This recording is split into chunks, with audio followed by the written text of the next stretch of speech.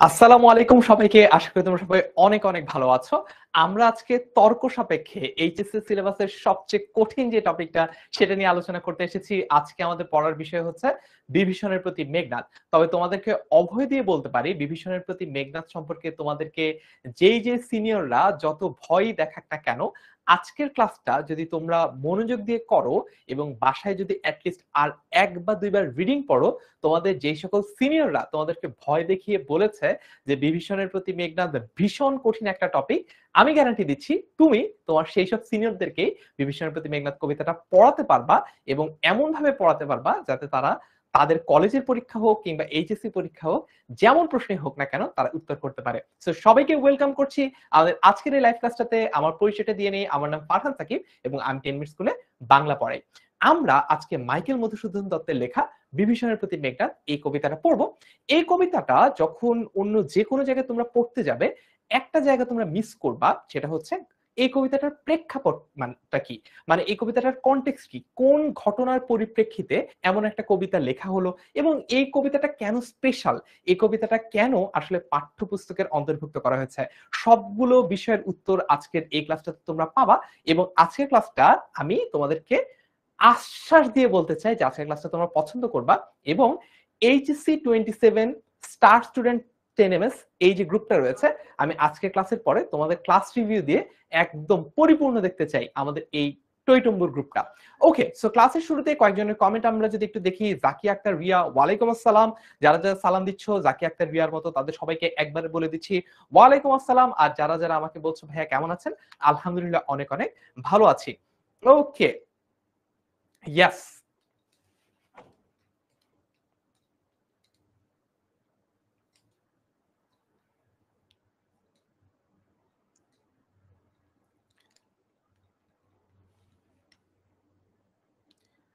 Alright, চলো তাহলে আমরা,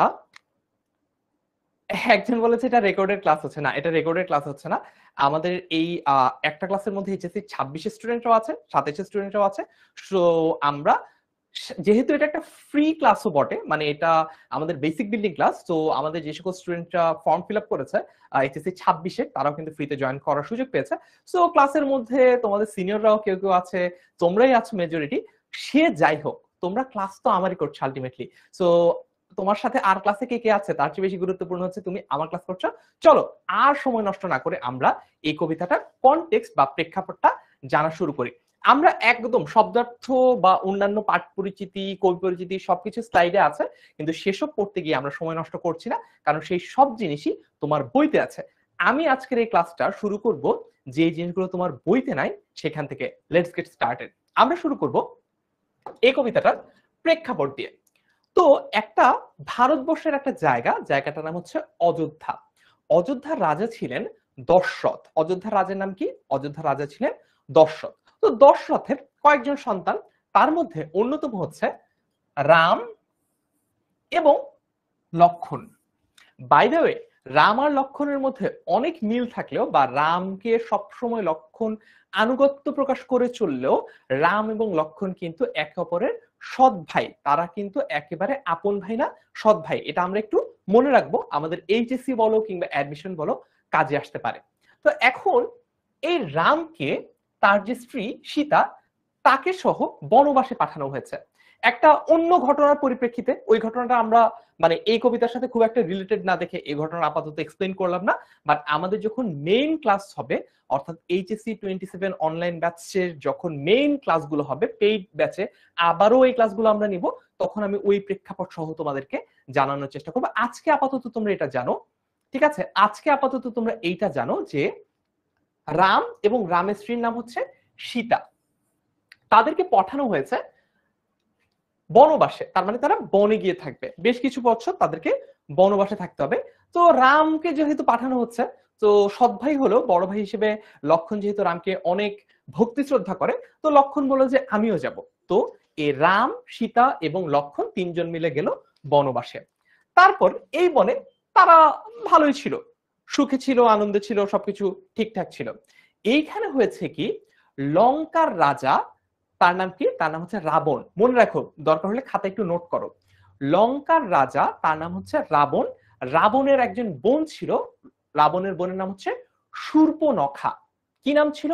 রাবণের বোনের নাম হচ্ছে শূর্পণখা। এই যে দেখো, লঙ্কার রাজা রাবণ, রাবণের বোনের নাম হচ্ছে শূর্পণখা, বা তার আরেকটা নাম হচ্ছে সেটা হচ্ছে মীনাক্ষী।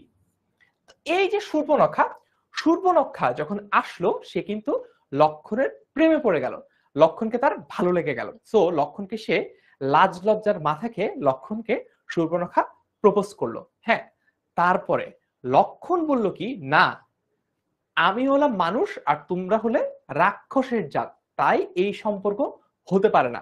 শুধু অতটুকুই যদি লক্ষণ বলতো, মানে সসম্মানে যদি রিজেক্ট করে দিত, তাহলে তো আসলে সমস্যা হতো না। সে করলো কি, লক্ষণ এই শূর্পণখার নাকটাও কেটে দিল। এই যে নাক কাটা নিয়ে কিন্তু মূলত ঝামেলার সূত্রপাত। এতক্ষণ পর্যন্ত যা যা ইনফরমেশন তোমাদেরকে দিয়েছি, এগুলো কি নোট করেছো বা এগুলো কি মনে আছে? অযোধ্যার রাজা ছিলেন দশরথ। দশরথের দুইজন পুত্র ছিল, একজন ছিল, মানে আরো পুত্র ছিল, রাম আর লক্ষণ উল্লেখযোগ্য। রাম আর লক্ষণ। রামের স্ত্রীর নাম হচ্ছে সীতা। তো রাম, সীতা এবং লক্ষণকে একটা ঘটনার পরিপ্রেক্ষিতে বনবাসে গিয়ে থাকতে হচ্ছে, বনে গিয়ে থাকতে হচ্ছে, তাদের রাজত্ব ছেড়ে, অযোধ্যা ছেড়ে তাদেরকে বনে গিয়ে থাকতে হচ্ছে। তো সেইখানে একদিন লঙ্কার রাজা রাবণের বোন আসলো ঘুরতে। ঘুরতে এসে তার ভালো লেগে গেল কাকে? ভালো লেগে গেল লক্ষণকে। সে লক্ষণের প্রেমে পড়ে লক্ষণকে যখন প্রপোজ করলো, সে কি করলো? সে তার নাকটা খচ করে কেটে দিল। এই কাজটা কি ঠিক করেছে বলো? এই কাজটা কি ঠিক হয়েছে? রিজেক্ট করতো তাতে সমস্যা কি ছিল, কিন্তু সে সাথে করলো কি, নাকটাও দিল কেটে। এইখান থেকে ঝামেলা। এইবার শূর্পণখা লঙ্কায় ফিরে গেল। ফিরে গিয়ে সে, তার ভাই যেহেতু লঙ্কার রাজা, সে করলো কি, রাবণের কাছে, শূর্পণখা তার ভাই রাবণের কাছে নালিশ করলো যে লক্ষণ আমার নাক কেটে দিয়েছে। এখন রাবণ তো রেগে মেগে অস্থির। রাবণ ঠিক করলো যেভাবেই হোক এটার প্রতিশোধ নিতেই হবে। রাবণ তখন ওই বনে ফেরত আসলো এবং ছলে বলে কৌশলে কি করলো, তারা সীতাকে ধরে ফেললো। কাকে ধরে ফেললো? সীতাকে ধরে ফেললো। সীতাকে ধরে সীতাকে অপহরণ করে ফেললো এবং অপহরণ করার পরে বল প্রয়োগ করে, বল প্রয়োগ করে মানে হচ্ছে জোর করে লঙ্কায় নিয়ে যায়। বুঝছো? একদম অপহরণ করে নিয়ে যাচ্ছে। এতটুকু পর্যন্ত কি কাহিনী ক্লিয়ার? ক্লিয়ার হলে একটু কমেন্টে ক্লিয়ার লিখে ফেলো। এতটুকু পর্যন্ত কি আমরা সবাই বুঝতে পেরেছি? বুঝতে পারলে আমরা একটু কমেন্টে লিখে ফেলে যে বুঝতে পেরেছি। আচ্ছা, আনিকা ঐশী বলছে রিজেক্ট করা উচিত ছিল। আচ্ছা ঠিক আছে, রিজেক্ট করা উচিত ছিল কি ছিল না সেটা তো আজকের প্রশ্ন না। প্রশ্ন হচ্ছে নাকটা যে কেটে দিল, এইটা কি ঠিক হয়েছে কিনা। এই নাক কাটা নিয়ে কিন্তু যুদ্ধের সূত্রপাত। ওকে, একজন বলছে হ্যাঁ রাবণ সীতাকে অপহরণ করলো। ভেরি গুড, রাবণ হচ্ছে সীতাকে, মোটামুটি ঘটনা বুঝলাম আমরা এই পর্যন্ত যে রাবণ সীতাকে অপহরণ করলো। Clear, very good. তারপরে দেখো, সীতাকে তো এখন উদ্ধার করতে হবে। সীতাকে উদ্ধার করার জন্য রাম আর লক্ষণ মিলে, দু ভাই মিলে তারা কি করলো, লঙ্কা আক্রমণ করলো। রাবণের যে রাজত্ব লঙ্কা, সেটাতে তারা আক্রমণ করলো। আক্রমণের পরে এই যুদ্ধে রাবণের ভাই নিহত হয় এবং রাবণের যে বড় ছেলে সেও নিহত হয়। তো রাবণের যে ভাইয়ের নাম হচ্ছে কুম্ভকর্ণ। তার স্পেসিফিক গুণ হচ্ছে সে অনেক ঘুমাতে পারতো, এবং তার যে বড় ছেলে তার নাম হচ্ছে বীরবাহু। এই দুইজনই এই যুদ্ধটাতে মৃত্যুবরণ করে। অর্থাৎ রাম আর লক্ষণ মিলে সীতাকে উদ্ধার করার জন্য রাবণের রাজত্ব লঙ্কা আক্রমণ করে, এবং সেই যুদ্ধে রাবণের ভাই কুম্ভকর্ণ এবং রাবণের বড় ছেলে বীরবাহু মৃত্যুবরণ করে। এতটুকু পর্যন্ত আমরা মনে রাখতে পারবো? আচ্ছা, এতটুকু যদি মনে রাখতে পারি, তারপরে যদি একটু দেখি, তারপর রাবণ করলো কি, তার সেনাপতি ছিল বীরবাহু, তার বড় ছেলে, সরি, তার সেনাপতি ছিল হচ্ছে মেঘনাদ। তো মেঘনাদকে পরবর্তীতে সে সেনাপতি হিসেবে দায়িত্ব অর্পণ করে। তার মানে প্রথমে, আমি আরেকটু যদি তোমাদেরকে বলি, প্রথমে সেনাপতি ছিল বীরবাহু, বড় ছেলে। তো বীরবাহুকে যখন মেরে ফেলা হয়, বীরবাহুকে যখন রাম আর লক্ষণ মিলে আক্রমণ করে মেরে ফেলে, তখন পরবর্তী সেনাপতি হয় মেঘনাদ। মেঘনাদ কিন্তু ভীষণ সাহসী এবং একজন বিশাল বীর ছিলেন। এখন সে করলো কি, তাদের একটা প্রচলিত বিশ্বাস ছিল, তাদের ধর্ম অনুযায়ী তাদের একটা প্রচলিত বিশ্বাস ছিল, সেটা হচ্ছে তাদের একটা মন্দির আছে। মন্দিরটার নাম হচ্ছে নিকুম্ভিলা যজ্ঞাগার। এইটা কিন্তু এইচএসসির জন্য খুবই ইম্পর্টেন্ট, কারণ এই মন্দিরটার নাম সরাসরি ভাবে তোমরা কবিতায় উল্লেখ পাবা। এইটার নাম হচ্ছে নিকুম্ভিলা যজ্ঞাগার। তাদের বিশ্বাস ছিল কোন যুদ্ধের আগে তারা যদি এই নিকুম্ভিলা যজ্ঞাগার বা নিকুম্ভিলা মন্দিরে গিয়ে তারা প্রার্থনা করে, তাহলে সেই যুদ্ধটাতে তারা অবধারিতভাবে জয়লাভ করবে। এই জন্য কি করেছে, মেঘনাদ গিয়েছে ওই নিকুম্ভিলা যজ্ঞাগারে প্রার্থনা করতে বা পূজা করতে, এবং তাদের রুল অনুযায়ী সে কিন্তু সেখানে অস্ত্র ছাড়া গিয়েছে, যুদ্ধাস্ত্র ছাড়া সেখানে গিয়েছে। এবং পরবর্তীতে যেটা হয়েছে সেটা যদি একটু দেখি, পরবর্তীতে হয়েছে কি, রাবণের ভাই, রাবণের এক ভাই কিন্তু অলরেডি ডেড। রাবণের এক ভাইয়ের নাম কি, রাবণের ভাই কুম্ভকর্ণ কিন্তু ইতোমধ্যেই মারা গেছে। রাবণের আরেক ভাই আছে, তার নাম হচ্ছে বিভীষণ। রাবণের আরেকটা ভাই আছে বিভীষণ। সে করেছে কি, রাম আর লক্ষণের সাথে সে হ্যান্ডশেক করেছে। তার মানে সে তার জাতির সাথে বা সে তার ধর্মের সাথে বিশ্বাসঘাতকতা করেছে। তার ভাই তার সাথে যে তার উপর যে বিশ্বাস অর্পণ করেছিল বা বিশ্বাস ধারণ করেছিল সেটা সে ভঙ্গ করেছে এবং বেইমানি করেছে, মানে মীর জাফরগিরি করেছে অনেকটা, তেমনটা বলতে পারো। বিভীষণের ব্যক্তিগত ধারণা এইটা যে তার ভাই রাবণ নারী অপহরণকারী, তার মানে তার ভাই রাবণ খারাপ কাজ করেছে, ভিলেন, এবং সে মহাপাপী। তার পাপে লঙ্কা নগরী ধ্বংস হয়ে যাচ্ছে। তার মানে এই যে যুদ্ধটা হচ্ছে, এই যে যুদ্ধটা হচ্ছে, বিভীষণের ধারণা হচ্ছে, বিভীষণের ব্যক্তিগত অভিমত হচ্ছে এই যুদ্ধের জন্য কে দায়ী, এই যুদ্ধের জন্য রাবণ দায়ী, এবং রাবণের জন্যই পুরো লঙ্কা রাজত্বটা যুদ্ধের মাধ্যমে রীতিমতো ধ্বংস হয়ে যাচ্ছে। তার চোখে রাম লক্ষণ ধর্মপরায়ণ এবং ন্যায়নিষ্ঠ, তাই সে তার ভাইয়ের দল ত্যাগ করেছে। তার মানে বিভীষণ কিন্তু, বিভীষণ যদিও কার ভাই ছিল, বিভীষণ ছিল কুম্ভকর্ণের ভাই, বিভীষণ ছিল রাজার নাম কি, রাবণের ভাই। কিন্তু পরবর্তীতে সে কি ভেবেছে, সে ভেবেছে যে না, আমার ভাইরাই আসলে ভুল কাজ করছে, আমার যে ভাতিজা বীরবাহু এবং মেঘনাদ তারাই আসলে অন্যায়ের দলে আছে, পাপের দলে আছে, আমি বরঞ্চ রাম আর লক্ষণের দলে যাই, কারণ রাম আর লক্ষণ সত্য, সঠিক ও নির্ভুল কাজ করছে, তারা সত্যের পথে আছে। এই জন্য সে কি করলো, নিজের পরিবারের যে দল, সেই দলটা ত্যাগ করে সে কি করেছে, রাম আর লক্ষণের সাইডে চলে গেছে। রাম আর লক্ষণের সাইডে যাওয়ার পর কি হলো, এইটা যে বিশ্বাসঘাতকতা সেটা কিন্তু সে বুঝতে পারে না। এজন্যই বাংলা একটা প্রবাদ আছে, ঘরের শত্রু বিভীষণ। ঘরের শত্রু বিভীষণ মানে কি জানো, এটা একটা বাংলা প্রচলিত প্রবাদ। এটার মানে হচ্ছে যখন অনেক আপন মানুষ আমাদের সাথে শত্রুতা করে, মানে মনে করো তোমার একদম বেস্ট ফ্রেন্ড, একটু বুঝো এক্সাম্পলটা, মনে করো তোমার একদম বেস্ট ফ্রেন্ড, ছোটবেলা থেকে বন্ধু, ক্লাস 3 থেকে তোমার বন্ধু, এইচএসসি পরীক্ষার আগে যখন তোমার বন্ধু আমাদের কাছে ফাইনাল রিভিশন লাইভ ক্লাসের সাজেশনটা পেলো, সে যদি পাওয়া সত্ত্বেও তোমাকে সেটা শেয়ার না করে, তোমাকে যদি সেটা না দেয়, তুমি যদি তোমার বন্ধু পাওয়া সত্ত্বেও তুমি যদি সাজেশনটা না পাও, তখন তুমি তোমার বন্ধুকে বলতে পারো ঘরের শত্রু বিভীষণ। বুঝতে পেরেছো? অনেক আপন মানুষরা আমাদের সাথে যদি এরকম খারাপ কোনো কাজ করে, ক্ষতিমূলক কোনো কাজ করে, তাহলে আমরা বাংলা প্রবাদ অনুসারে তাদেরকে বলতে পারি হচ্ছে ঘরের শত্রু বিভীষণ। বুঝতে পেরেছি? আচ্ছা, একজন বলেছে যে ভাইয়া বিভীষণের প্রতি মেঘনাদ এই ক্লাসটা কি মেইন কোর্সে আবারও নেওয়া হবে কিনা? উত্তর হচ্ছে হ্যাঁ হ্যাঁ হ্যাঁ, এই ক্লাসটা শুধুমাত্র বেসিক বিল্ডিং ক্লাস। এখানে তোমাদেরকে আমরা একদম সবগুলো অবজেক্টিভ, সব প্র্যাকটিস, সব সিকিউ সবকিছু পড়াচ্ছি না। যেমন আমি শুরুই করেছি প্রেক্ষাপট দিয়ে, আমি কিন্তু শব্দার্থ পড়াই নাই, কবি পরিচিতি পড়াই নাই, পাঠ পরিচিতি পড়াই নাই। কিন্তু আমরা যখন পেইড কোর্সের মেইন ক্লাসগুলো শুরু করে দিব, পেইড কোর্সের মেইন ক্লাসে কিন্তু আমি তোমাদেরকে সবকিছু পড়াবো, অর্থাৎ বইতে যা যা কিছু আছে সব পড়াবো, প্রেক্ষাপট পড়াবো, এবং কবিতাটা শুধুমাত্র লাইন বাই লাইন না, কবিতাটা একদম ওয়ার্ড বাই ওয়ার্ড ধরে ধরে তোমাদেরকে আমি বুঝিয়ে দেবো যে কোথায় কি অর্থ বোঝানো হচ্ছে। ওকে, আচ্ছা, এইবার তারপর দেখো সে করেছে কি, এই যে সেটা হচ্ছে বিভীষণ। বিভীষণ কি করেছে, শত্রুতামি করেছে। ওকে, আমি এখানে একটু বিভীষণ লিখে দেই। বিভীষণ করেছে কি, মীর জাফরগিরি করেছে। বিভীষণ লক্ষণকে নিকুম্ভিলা যজ্ঞাগারে নিয়ে আসে, এবং এই যে নিকুম্ভিলা যজ্ঞাগার, এটা কিন্তু তাদের সৈন্য সামন্ত দ্বারা চারদিক থেকে ঘেরাও করা ছিল। অর্থাৎ রাম কিংবা লক্ষণের পক্ষে এত সুরক্ষিত দুর্গে বা এত সুরক্ষিত মন্দিরে প্রবেশ করা সম্ভবই হতো না যদি না সেখানে বিভীষণ সাহায্য করত। অর্থাৎ বিভীষণের সাহায্য ছাড়া নিকুম্ভিলা যজ্ঞাগারে প্রবেশ করা রাম কিংবা লক্ষণের পক্ষে রীতিমতো অসম্ভব ছিল।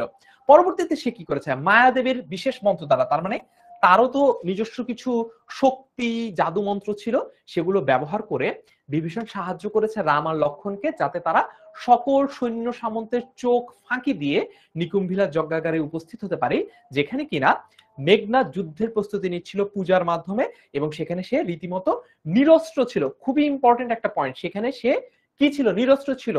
মেঘনাদের কাছে, মেঘনাদ যখন নিকুম্ভিলা যজ্ঞাগারে মেঘনাদ কি করছে, যখন প্রার্থনা করছে বা পূজা করছে, তখন তার হাতে কোনো অস্ত্র, যুদ্ধাস্ত্র, তলোয়ার, তীর, ধনুক কিচ্ছু নাই। সে জাস্ট সেখানে পূজা করতে গেছে, কারণ তার কোনো ধারণাই ছিল না যে এইরকম একটা জায়গাতে রাম লক্ষণ চলে আসতে পারে, বা এরকম একটা সুরক্ষিত জায়গাতে তাকে যুদ্ধ করতে হতে পারে, বা তাকে যুদ্ধাস্ত্র ধারণ করতে হয়। বুঝতে পেরেছো? আচ্ছা, একজন বলছে এটা কি রেকর্ডেড ক্লাস কিনা? না রে বাবা, এটা রেকর্ডেড ক্লাস না, এটা হচ্ছে আমাদের লাইভ ক্লাস। ওকে, তারপরে শত শত প্রহরী, প্রহরী মানে হচ্ছে পাহারাদারের চোখ ফাঁকি দিয়ে লক্ষণ নিকুম্ভিলা যজ্ঞাগারে প্রবেশ করে। তখন নিরস্ত্র, এইটা খুব ইম্পর্টেন্ট, আবারও বলছি, তখন কিন্তু নিরস্ত্র, তার মানে তার কাছে কোনো অস্ত্র নাই। বিস্মিত মানে অবাক হয়ে গেছে, আরে এরা কারা, কোত্থেকে এলো এরা, এমন অবস্থা হয়ে গেছে কার? মেঘনাদের। সে বলেছে মেঘনাদ ও বিভীষণের মধ্যে যে কাল্পনিক কথোপকথন, তার মানে তখন চাচা ভাতিজার একটা কনভারসেশন হয়। এই যে বিভীষণের প্রতি মেঘনাদ, বিভীষণ হচ্ছে চাচা, বিভীষণ কি আমাদের, এই যে বিভীষণ, বিভীষণ হচ্ছে চাচা, আর মেঘনাদ, মেঘনাদ কি? মেঘনাদ হচ্ছে ভাতিজা। মেঘনাদ কি? মেঘনাদ হচ্ছে ভাতিজা, লিখে দিলাম। মেঘনাদ হচ্ছে ভাতিজা। এই যে চাচা ভাতিজার মধ্যে যে কথোপকথন বা কনভারসেশনটা হয়, এই কনভারসেশনটাই হচ্ছে মূলত বিভীষণের প্রতি মেঘনাদ কবিতা। সো যারা এতটুকু বুঝেছো তারা একটু ক্লিয়ার বলো, আর যারা বোঝো নাই তাদেরকে আমি আরেকবার বুঝিয়ে দেবো, সমস্যা নেই। যারা যারা বুঝতে পেরেছো পুরো কবিতার প্রেক্ষাপটে, এরপর কবিতাটা শুরু হয়ে গেছে, দেখো এরপর কবিতা শুরু হয়ে গেছে। সো কবিতা আমি আবার ব্যাখ্যা করে দেবো ওয়ার্ড বাই ওয়ার্ড। এর আগে তোমরা আমাকে বলো যে প্রেক্ষাপটটা যারা যারা বুঝেছো তারা একটু ক্লিয়ার লিখে ফেলো। কবিতাটা পড়াবো, দাঁড়াও, কবিতা প্রেক্ষাপটটা বুঝাই নিলাম, আমরা কবিতাতে যাব। এখন আমাকে বলো যে আমরা যারা প্রেক্ষাপট বুঝেছি তারা একটু ক্লিয়ার লিখে ফেলো, আর যারা প্রেক্ষাপটের কোন একটা অংশ বুঝতে পারো নাই তারা তাদের স্পেসিফিক প্রশ্নটা লিখে ফেলো। হাই হাই, মুজাহিদুল ইসলাম বলছে ভাইয়া লেট করে এসেছি, যেন মাথার উপর দিয়ে যাচ্ছে, এটা কি আমার দোষ বলো? আচ্ছা, অসুবিধা নেই, এই ক্লাসটা তুমি রেকর্ডও পাবা। সো ক্লাসটা এখন থেকে বাকিটুকু অংশ লাইভে রাখো, তারপরে তোমরা ওই রেকর্ডের অংশটা দেখে নিয়ে বুঝবা। একজন জিজ্ঞেস করেছে মেঘনাদ কি রাবণের ছেলে কিনা, উত্তর হচ্ছে হ্যাঁ, মেঘনাদ রাবণের ছেলে। ওকে, ক্লিয়ার ভাইয়া, সবাই মোটামুটি ক্লিয়ার বলছে। ওকে, আমি আরেকবার বুঝাবো, যেহেতু আজকে তোমাদের সাথে আমার প্রথম ক্লাস, এই জন্য তোমাদেরকে আরেকবার বুঝাবো। তবে আমার একটা কন্ডিশন আছে। এই যে আজকে তোমাদেরকে আমি প্রথম একটা কঠিন কবিতা দিয়ে শুরু করতে যাচ্ছি, বা একটা কঠিন কবিতা তোমাদেরকে পানির মতো সহজ করে গুলিয়ে খাইয়ে দিচ্ছি, ক্লাসটা কেমন লাগছে তোমার সেটা তোমরা লিখে জানাবা। এইচএসসি 27 স্টার স্টুডেন্টস 10 এমএস, এই গ্রুপটাতে, এইচএসসি 27 স্টার স্টুডেন্টস 10 এমএস, এই গ্রুপটাতে তোমরা আজকের ক্লাসটা কেমন লাগছে তোমাদের সেটা তোমরা আমাকে লিখে জানাবা। আজকে এখন পর্যন্ত যারা যারা বোঝো নাই তাদের জন্য আমি আরেকবার এক্সপ্লেন করব। ওকে, আচ্ছা, ওকে, আরেকবার আরেকবার এক্সপ্লেন করছি তোমাদের জন্য। এইবার মনোযোগ না দিলে কিন্তু আর হবে না। এবার মনোযোগ না দিলে, যদি তুমি না বুঝো, কোনো পার্ট মিস করো, তাহলে কিন্তু আর বুঝাবো না। রেডি? রাজি আছো? ওকে, চলো তাহলে আমি শুরু করি, দেখি আমি কতটুকু স্লাইড ছাড়া তোমাদেরকে বোঝাতে পারি। ভারতবর্ষের, এবার তুমি কবিতা টবিতা সব বাদ দাও, তুমি জাস্ট চিন্তা করো ফারহান ভাইয়া তোমাদেরকে একটা কাহিনী বলবে, একটা গল্প বলবে, তুমি এইভাবে চিন্তা করো। আর দরকার হলে নোট নিও, দরকার হলে খাতায় নোট নাও, তাহলে বুঝতে বা মনে রাখতে পরবর্তীতে সুবিধা হবে। আর ক্লাসের পরে এমনি একটু যদি এই কবিতাটা পুরোটুকু রিডিং পড়ে ফেলো, একটু যদি এই কবিতাটা পুরোটুকু একবার রিডিং পড়ে ফেলো, তাহলে এমনি বুঝবা। ওকে ফাইন, সবকিছু বাদ দাও, এখন আমার গল্পটা শোনো। ভারতবর্ষের একটা জায়গা ছিল, জায়গাটার নাম হচ্ছে অযোধ্যা। অযোধ্যার রাজার নাম ছিল দশরথ। কি বললাম? ভারতবর্ষ। আচ্ছা, এইবার তোমাদেরকে, ওকে ফাইন, আমি একটু যদি লিখি তাহলে মনে হয় তোমাদের মনে রাখতে একটু সুবিধা হবে। ওকে, আচ্ছা, সো প্রথমত জায়গাটার নাম হচ্ছে ভারতবর্ষ। তো ভারতবর্ষের একটা জায়গা হচ্ছে অযোধ্যা। অযোধ্যা, ওকে। এখন অযোধ্যার রাজার নাম হচ্ছে দশরথ। দশরথ, ফাইন। তো এখন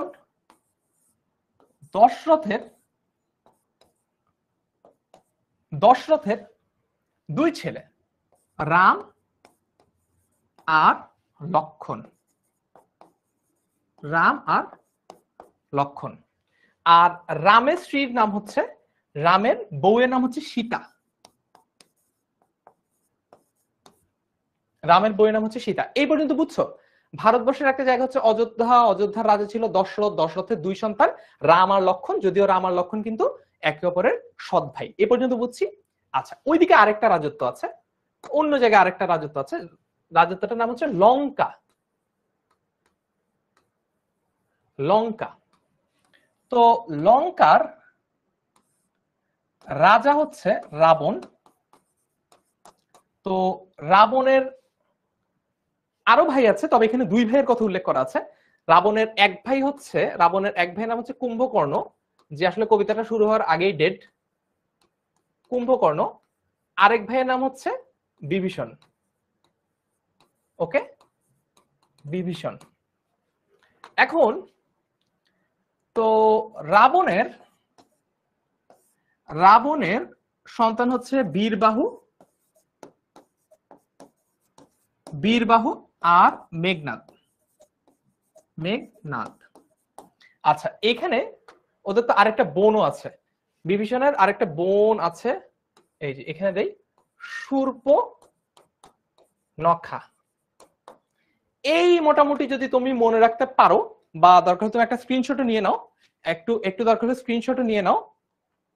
দেখো, এইবার দেখো, স্ক্রিনশট নিয়েছো? আসো এইবার দেখি, এইবার আসো আমরা কার সাথে কার পিটাপিটি সেটা একটু দেখে নেই।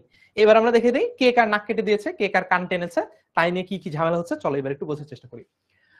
তো আমাদের প্রেক্ষাপটটা শুরু হয়েছিল, আমাদের গল্পটা শুরু হয়েছিল ভারতবর্ষের অযোধ্যা দিয়ে, যে অযোধ্যার রাজার নাম ছিল দশরথ। তো দশরথের একাধিক স্ত্রী ছিল। এক স্ত্রীর সন্তান হচ্ছে রাম, আরেক স্ত্রীর সন্তান হচ্ছে লক্ষণ, আর রামের স্ত্রী ছিল হচ্ছে সীতা। একবার একটা ঘটনার পরিপ্রেক্ষিতে রাম আর লক্ষণ এবং সীতা তারা চলে গেল কোথায়? তারা চলে গেল বনবাসে। বনবাস মানে বনে গিয়ে বসবাস করছে, তারা বনে থাকবে 10 বছরের মতো সময় তারা বনে থাকবে। সেখানে সমস্যা না, এই পর্যন্ত সব ঠিকই ছিল, নো ডিফিকাল্টি। এখন আরেকটা রাজত্ব, আরেকটা গল্পের আরেকটা পার্ট, মনে করো এটা একটা চ্যাপ্টার, এটা গল্পের একটা চ্যাপ্টার, ওইটা গল্পের আরেকটা চ্যাপ্টার। তো আরেকটা রাজত্ব, এই যে লঙ্কা কিন্তু মূলত রাক্ষসদের রাজত্ব। এই যে রাবণ টাবণ ওরা কিন্তু রাক্ষস খক্কস। তো লঙ্কার রাজার নাম হচ্ছে রাবণ।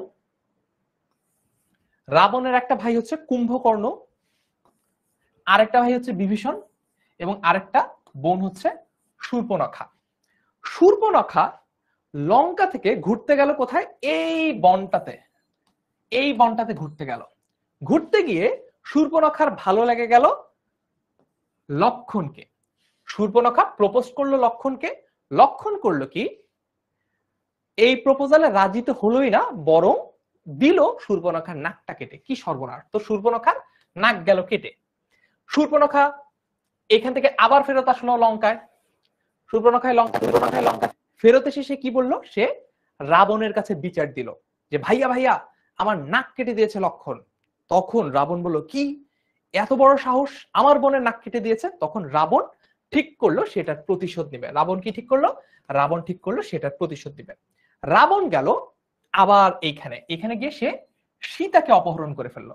সীতাকে অপহরণ করে আবার এই লঙ্কায় চলে আসলো। সীতাকে অপহরণ করে আবার কোথায় চলে আসলো? লঙ্কায় চলে আসলো। তো রাম আর লক্ষণ বললো, হায় সীতাকে ধরে নিয়ে গেছে, এক্ষুনি উদ্ধার করতে হবে। তখন কি ঘটনা ঘটলো? তখন রাম এবং লক্ষণ দুইজন মিলে তারা রওনা দিল এই লঙ্কায়, তারা যুদ্ধ করবে। লঙ্কায় এসে তো লঙ্কা কাণ্ড বেঁধে গেল। রাম আর লক্ষণ মিলে মারামারি শুরু করে দিল লঙ্কার সাথে। এই মারামারিতে মারা গেল কুম্ভকর্ণ। এই মারামারিতে মারা গেল হচ্ছে কে?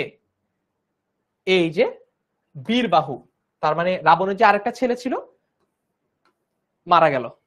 ঠিক আছে, কুম্ভকর্ণ আর বীরবাহু অলরেডি ডেড। শূর্পণখার কথা আর বলা হয় নাই, শূর্পণখা এখানে নাক কাটা অবস্থায় আছে, নাকে ব্যান্ডেজ করে ওই অবস্থায় আছে। আচ্ছা, তাহলে এখন এই পর্যন্ত জীবিত আছে কে কে দেখি তো, এই পর্যন্ত এখনো ক্যারেক্টারে আছে কে কে দেখি তো।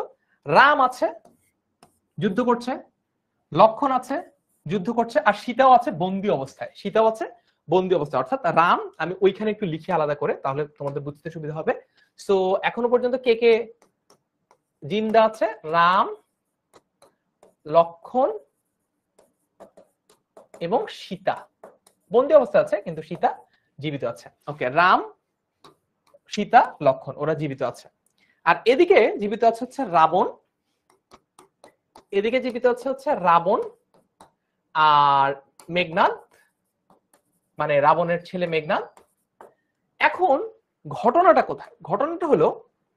ঘটনাটা হচ্ছে এই যে বিভীষণ, বিভীষণ কাদের আত্মীয়? বিভীষণ হচ্ছে, দেখো, বিভীষণ হচ্ছে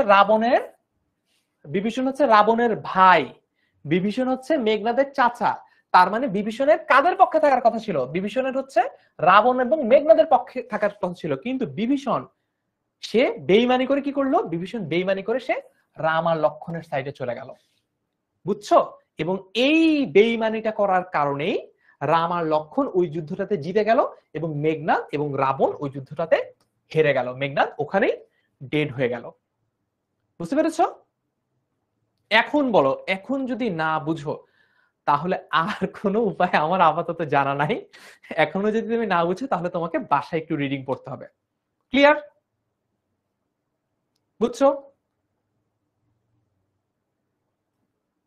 না, ইমতিয়াজ নাক কাটা অবস্থায় তো মারা যায় না, কারণ নাক কাটার ফলে যদি শূর্পণখা মারাই যেত তাহলে তো শূর্পণখা লঙ্কায় ফেরত এসে রাবণকে বিচার দিতে পারতো না যে ভাই আমার নাক কেটে দিয়েছে লক্ষণ, তাই না? ওকে, কাহানি মে টুইস্ট একজন বলেছে, একদম ক্লিয়ার। ওকে, ঠিক আছে। আমার মনে হয় এত লেখালেখি কাটাকাটির পরে তোমরা স্ক্রিনশট নিলেও কিছু বুঝবে না, কিন্তু তারপরেও যদি মানসিক শান্তির জন্য স্ক্রিনশট নিতে চাও তাহলে আমি সরে দাঁড়াচ্ছি, তুমি স্ক্রিনশট নিতে পারো। সব বুঝেছি জি ভাইয়া, 100% ভাইয়া। বলছি ভাইয়া ক্লিয়ার, ক্লিয়ার ভাইয়া। ওকে, ভেরি গুড। রাবণের কি হলো? রাবণও পরবর্তীতে মৃত্যুবরণ করে। না, রাবণ বাঁচে নাই বাবা, রাবণও মারা গেছে। রাবণের ওই যে দেখো না অনেকগুলো মাথা থাকে, রাবণকে মারা হয়। ক্লিয়ার ভাইয়া, ওকে। এই কবিতাটা না, বাই দ্য ওয়ে, এই কবিতাটাতে ওই শেষ পর্যন্ত আসলে রাবণের কি হয় এই কবিতাটায় বলা হয়নি, মানে বিভীষণের প্রতি মেঘনাদ কবিতাটা আলাদা করে বলা হয় নাই যে রাবণের কি হয়। সো আমরা ওই পর্যন্ত ঘটনায় আর যাচ্ছি না, কারণ ওখানে তোমার এইচএসসি থেকে প্রশ্ন আসবে না বা অ্যাডমিশনে ওই রকম প্রশ্ন আসবে না যে আসলে শেষমেশ রাবণের কি হলো। মেঘনাদ মারা যায়, এখানেই কবিতাটা শেষ। ঠিক আছে, ডান, ফ্যান্টাস্টিক। চলো সামনে আগাই তাহলে, সামনে আগাই। প্রথম লাইন, কবিতায় চলে আসছি কিন্তু এখন। প্রথম লাইন, প্রেক্ষাপট ক্লিয়ার। এখন আমরা কবিতায় আসলাম। এতক্ষণে অরিন্দম কহিলা বিষাদে, এতক্ষণে অরিন্দম কহিলা বিষাদে। অরিন্দম মানে কি? আচ্ছা, এটা একটু যদি এক্সপ্লেন করি। এতক্ষণে অরিন্দম কহিলা বিষাদে, তার মানে এখানে অরিন্দম বলতে মেঘনাথকে বোঝানো হচ্ছে। এই যে পাশে থার্ড ব্র্যাকেট দিয়ে লিখেও দিয়েছি। এই যে থার্ড ব্র্যাকেটের সবুজ যে লেখাটা, এটা তুমি বইতে লেখা নেই, এটা জাস্ট তোমার পড়ার সময় যাতে সুবিধা হয় এই জন্য স্লাইডে লিখে দেওয়া আছে। এতক্ষণে অরিন্দম কহিলা বিষাদে, তার মানে এটা কোন প্রেক্ষাপটের কথা বলছে জানো? মানে নিকুম্ভিলা যজ্ঞাগারে বা নিকুম্ভিলা মন্দিরে পূজা করতে গিয়েছে মেঘনাদ, এবং মেঘনাদ হঠাৎ দেখে এখানে রাম লক্ষণ এসে উপস্থিত, এবং একটু দূরেই সে দেখতে পেল বিভীষণও দাঁড়িয়ে আছে। তখন সে দেখেই বুঝতে পারলো যে বিভীষণের বেইমানির কারণে বা বিশ্বাসঘাতকতার কারণেই রাম আর লক্ষণ এই পর্যন্ত এসে পৌঁছাতে পেরেছে। এটা বোঝার পরে সে প্রথমে একেবারে রীতিমতো হতবাক হয়ে যায়, তার মানে সে মুখের ভাষাই হারিয়ে ফেলে, কি বলবে বুঝতেই পারছে না মেঘনাদের এমন একটা অবস্থায়। তারপরে প্রথম এই যে কবিতাটা শুরু হচ্ছে এখান থেকে, এতক্ষণে, তার মানে মাত্র বুঝতে পারলো যে ঘটনা কি ঘটে গেছে, ঘটনা যা ঘটার ঘটে গেছে। এরপরে মেঘনাদ যখন বুঝতে পারলো, এই কারণে বলছে এতক্ষণে, এর আগে বুঝে নাই সে।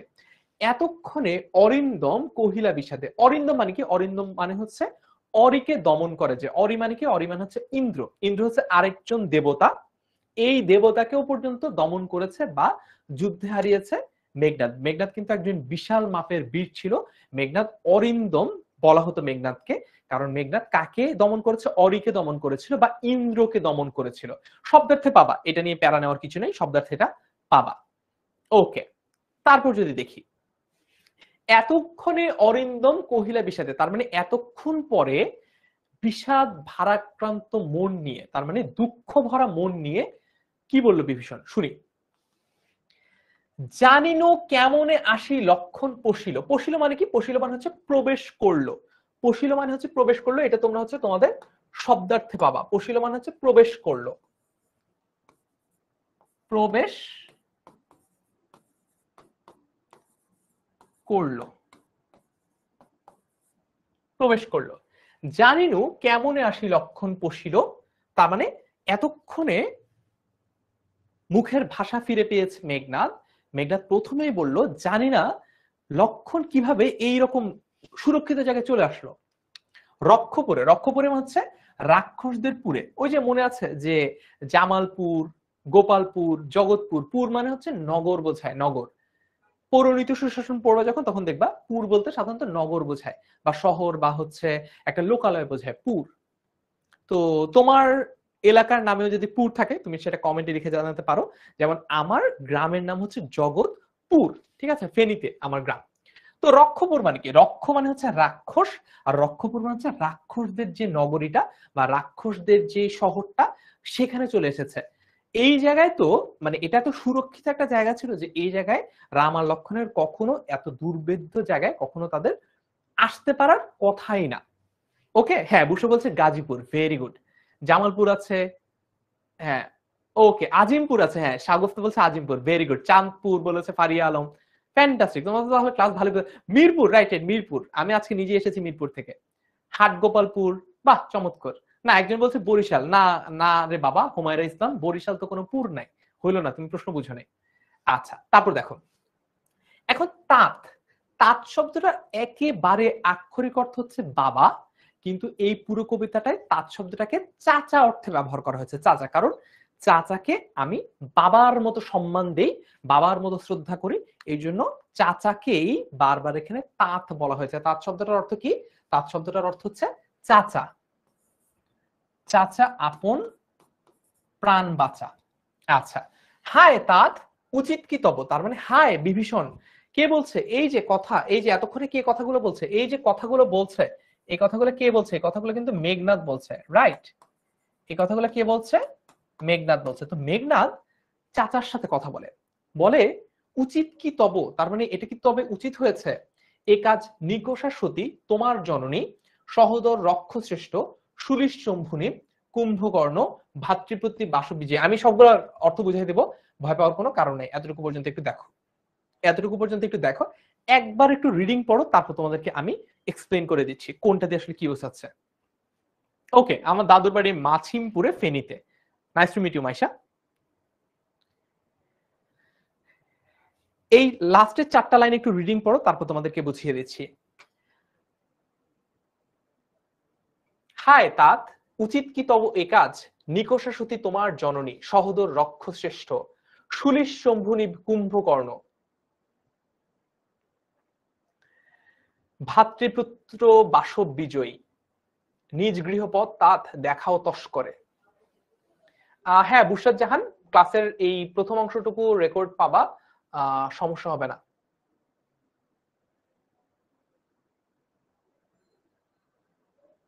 ওকে, ঠিক আছে, চলো, রিডিং পড়া হয়েছে, রিডিং পড় হয়ে গেলে চলো এইবার আমরা এই 4টা লাইন একটু বোঝার চেষ্টা করি। বিভীষণকে, বিভীষণের সাথে মেঘনাদ কথা বলছে, বিভীষণকে মেঘনাদ বোঝানোর চেষ্টা করছে তোমার যে বংশ গৌরব। বিভীষণকে মানে চাচাকে, চিন্তা করো কি অবস্থা, চাচাকে ভাতিজা বোঝানোর চেষ্টা করছে, চাচা আপনার যে বংশ গৌরব, আপনি এটা একটা কাম করলেন, আমাদের বংশের মুখে চুনকালি মাখায়া আপনি মিয়া রাম আর লক্ষণকে এইখানে ধরে আনছেন। এটা একটা কামের কাম করলেন। এটা কে বলছে? এটা মেঘনাদ তার চাচা, মানে ভাতিজা মেঘনাদ তার চাচা বিভীষণকে বলছে। সে কি বলছে দেখো, বলছে নিকষা সতী তোমার জননী, তার মানে তোমার মা, সেও কিন্তু একজন সতী সাধ্বী নারী, তার মানে সে নিজেও একজন বড় মুনি ঋষির মতো, তার মানে সে নিজেও কখনো কোনো পাপ পঙ্কিলতার দিকে যায় নাই। কার কথা বলছে? নিকষা সতী অর্থাৎ রাবণের মা, অর্থাৎ কুম্ভ, অর্থাৎ কার মা? অর্থাৎ রাবণের মা, অর্থাৎ বিভীষণের মা। কে? তার নাম কি? নিকষা সতী। এইচএসসি তে প্রশ্ন আসে অবজেক্টিভে যে রাবণের মায়ের নাম কি? এইচএসসি তে প্রশ্ন আসে হচ্ছে নিকষা সতী কার মা? বলা হয়েছে নিকষা সতী, ওই যে বংশগৌরবের কথা মনে করিয়ে দিচ্ছে চাচাকে তার ভাতিজা। নিকষা সতী তোমার জননী, নিকষা সতী তোমার জননী, সহোদর রক্ষশ্রেষ্ঠ। সহোদর মানে কি? তার আপন ভাই। সহোদর মানে হচ্ছে আপন ভাই। কার কথা বলা হচ্ছে? এখানে বলা হচ্ছে, এখানে বলা হচ্ছে কি? এখানে রাবণের কথা বলা হচ্ছে। সহোদর শ্রেষ্ঠ কার কথা বলা হচ্ছে? রাবণের কথা বলা হচ্ছে। এটা কিন্তু আগে তোমাদেরকে দেখিয়েছি, রাবণের ভাই হচ্ছে বিভীষণ। সো বংশগৌরবের কথা যখন বুঝিয়ে দিচ্ছে, এখানে যখন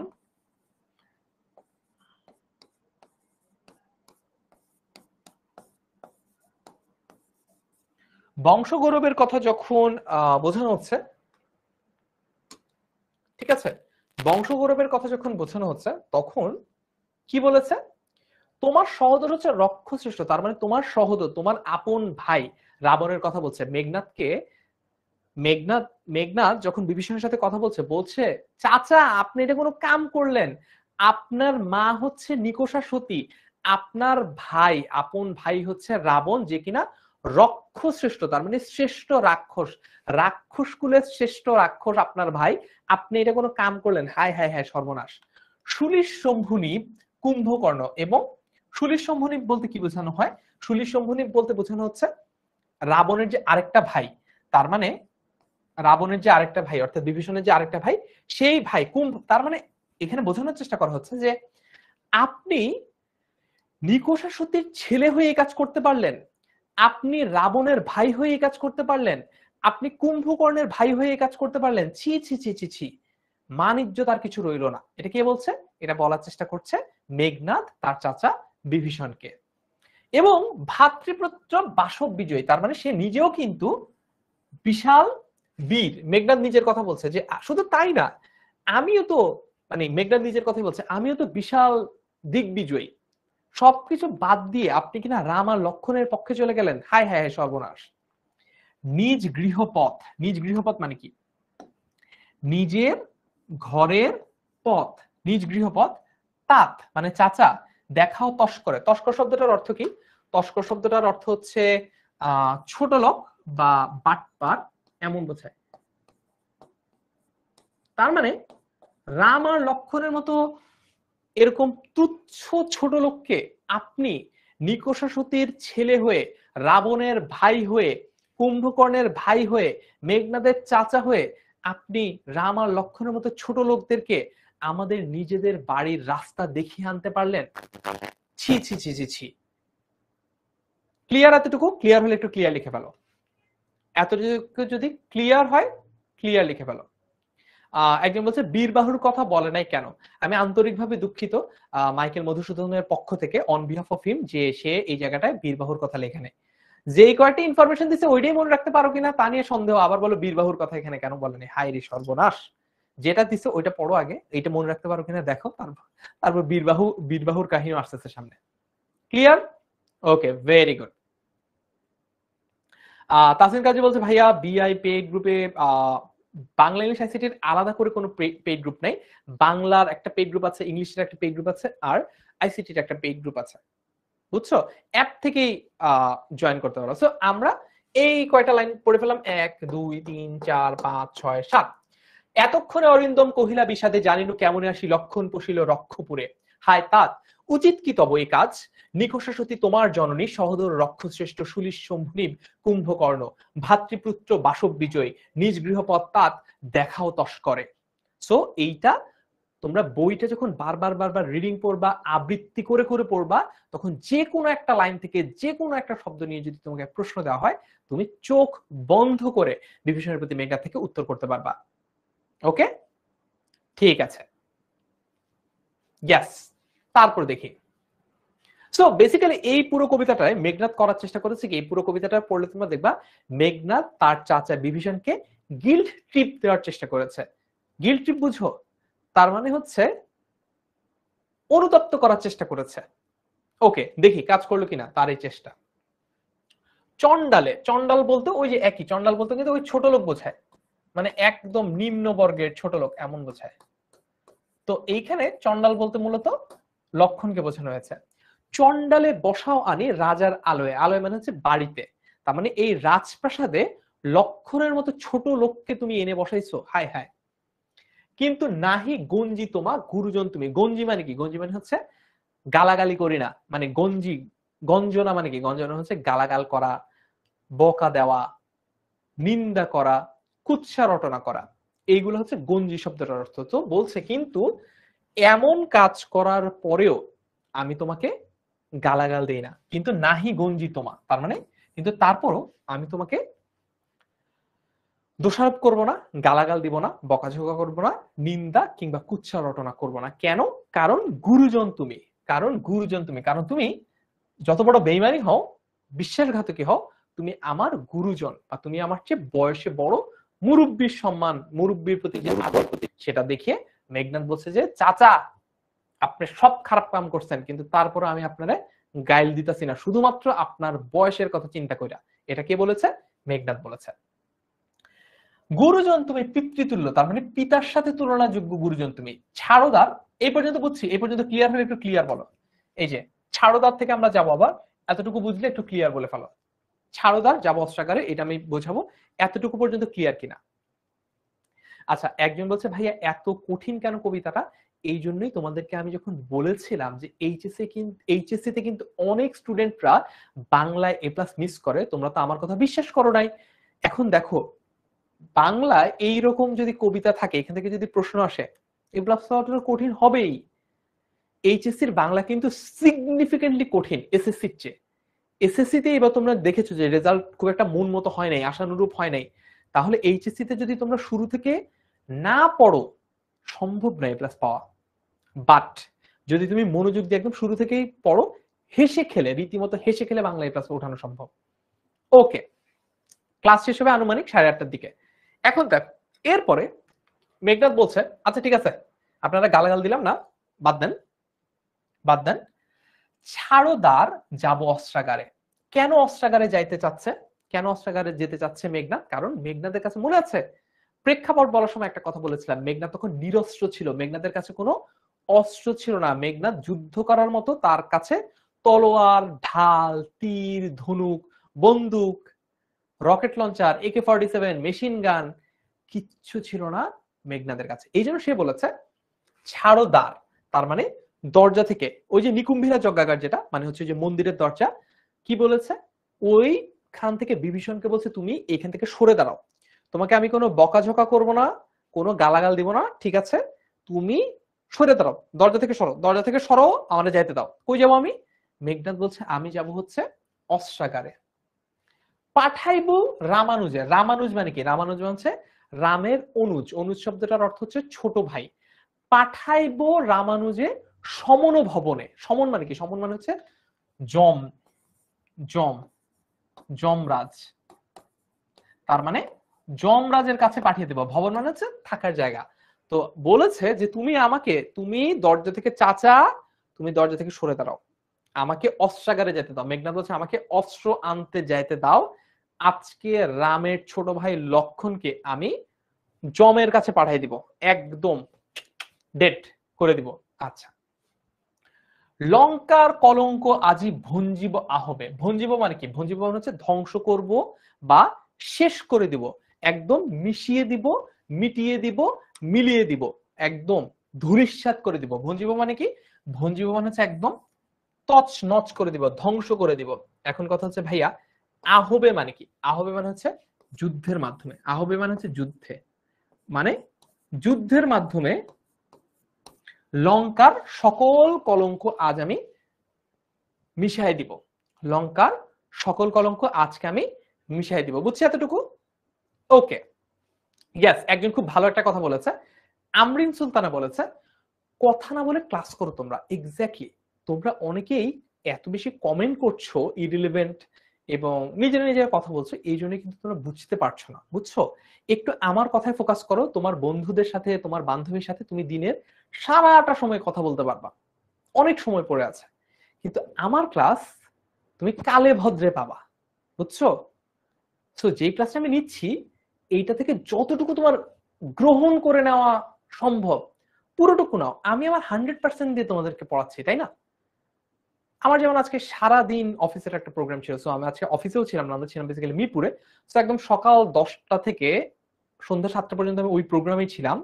সো তারপরেও এসে আমি কিন্তু আমার 100% দিয়ে তোমাকে পড়াচ্ছি। আমার চোখে মুখে কোথাও এক ফোঁটা ক্লান্তি দেখছো, বা কখনো আমার হাসি বন্ধ হইতে দেখছো? এগুলো কিন্তু এমনি না, মানে এগুলো কিন্তু এমন না যে আমার খুব আনন্দ লাগছে বা আমার খুব এক্সাইটেড আমি, সবসময় ব্যাপারটা এরকম না। But teaching is a performing art. আমি যদি আমার ক্লাসে একটু মন খারাপ করে থাকি, বা আমি যদি আমার ক্লাসে একটু কম হাসি, বা আমি যদি আমার ক্লাসে একটু এনার্জি লেভেল ডাউন শো করি, তাহলেই দেখা যাবে তোমার কাছে ক্লাসটা ভালো লাগবে না। এই জন্য তোমাদের প্রত্যেকজন টিচার তাদের personal life, professional life, academic life যত ঝামেলাই থাকুক, ক্লাসে তাদের 100% দেওয়ার ট্রাই করে। সমস্যা হচ্ছে অ্যাজ এ স্টুডেন্ট তোমরা যখন এটাকে রিসিপ্রোকেট করো না, অর্থাৎ তোমরা যখন একজন টিচার 100% দিয়ে দিচ্ছে, যতটুকুই পারো একজন টিচার সে যতটুকু পারে, মানে আমার চেয়ে অবভিয়াসলি ভালো অন্য আরো অনেকেই পড়ায়, সো আমি আমার লেভেল বেস তোমাদেরকে দিচ্ছি। সমস্যা হচ্ছে একটা স্টুডেন্ট যখন এই টিচারের দেওয়া 100%টাকে একসেপ্ট করতে পারে না, তার একটা বড় কারণ হচ্ছে কমেন্টে অপ্রাসঙ্গিক আলোচনা করা। এটা যখন হয় তখন কিন্তু আমার 100% দেওয়া সত্ত্বেও তোমার সেটা কাজে লাগে না, কারণ তুমি হয়তো বা আমার কথা থেকে 5% একসেপ্ট করো। আমি 100% দিলাম এই কবিতাটার, তুমি এটার 5% একসেপ্ট করলা, কবিতাটা 95% তুমি পড়লা না, বুঝলা না, শিখলা না এবং মনেও রাখতে পারলা না। পরীক্ষায় প্রশ্ন যখন আসবে 5% থেকে আসবে, উত্তর হচ্ছে না, আসবে কিন্তু ওভারঅল। সো তুমি দেখা যাবে ওই 5% থেকে 1% পারবা আর বাকিটুকু পারবা না। তখন তুমি দোষ দিবা কার? দোষ দিবা ফারহান ভাইয়া, ফারহান ভাইয়া ক্লাসে কি পড়াইছে, হ্যান তেন বুগিচুগি বুঝি নাই। অথচ দোষ কিন্তু আমার হওয়ার কথা ছিল না, তাই না? একটু মনোযোগ দেই ভাইয়া, পুরা তোমাদেরকে বকা দিচ্ছি না, জাস্ট একটু রিয়েলিটিটা বোঝাচ্ছি। আমরা মাত্র কলেজে উঠলাম, তো আমাদের অনেক এক্সাইটমেন্ট, আমাদের অনেক আনন্দ উল্লাস, চিয়ার্স সবই ঠিক আছে, কিন্তু পড়ার সময় পড়া, খেলার সময় খেলা। পড়ার সময় আমরা দুষ্টুমি করবো না, ওকে? ঠিক আছে, ওকে। চলো, এতটুকু বুঝলে একটু ক্লিয়ার লিখে ফেলি। এতটুকু বুঝলে ভাইয়া পুরো আমরা একটু কমেন্টে লিখে ফেলি ক্লিয়ার। এতটুকু যদি বুঝি ক্লিয়ার লিখে ফেলি, তার মানে মেঘনাদ যেহেতু নিরস্ত্র ছিল নিকুম্ভিলা যজ্ঞাগারে, যখন সেখানে লক্ষণ এসে পড়েছে তখন সে যুদ্ধ করার জন্য অস্ত্র আনতে যাচ্ছে। অস্ত্র আনতে যেতে চেয়েছিল অস্ত্রাগারে, তার মানে যেখানে অস্ত্র রাখা হয়, কিন্তু তার পথে বাধা হয়ে দাঁড়ায় বিভীষণ। বিভীষণ মন্দিরের দরজা আগলে দাঁড়ায় এবং বিভীষণ মেঘনাদকে অস্ত্রাগারে যেতে দিচ্ছিল না। ওকে, তারপর যদি সামনে আগায়, উত্তরিলা বিভীষণ, তার মানে রিপ্লাই করলো। উত্তরিলা মানে কি? উত্তরিলা মানে হচ্ছে রিপ্লাই, ঠিক আছে? রিপ্লাই করলো।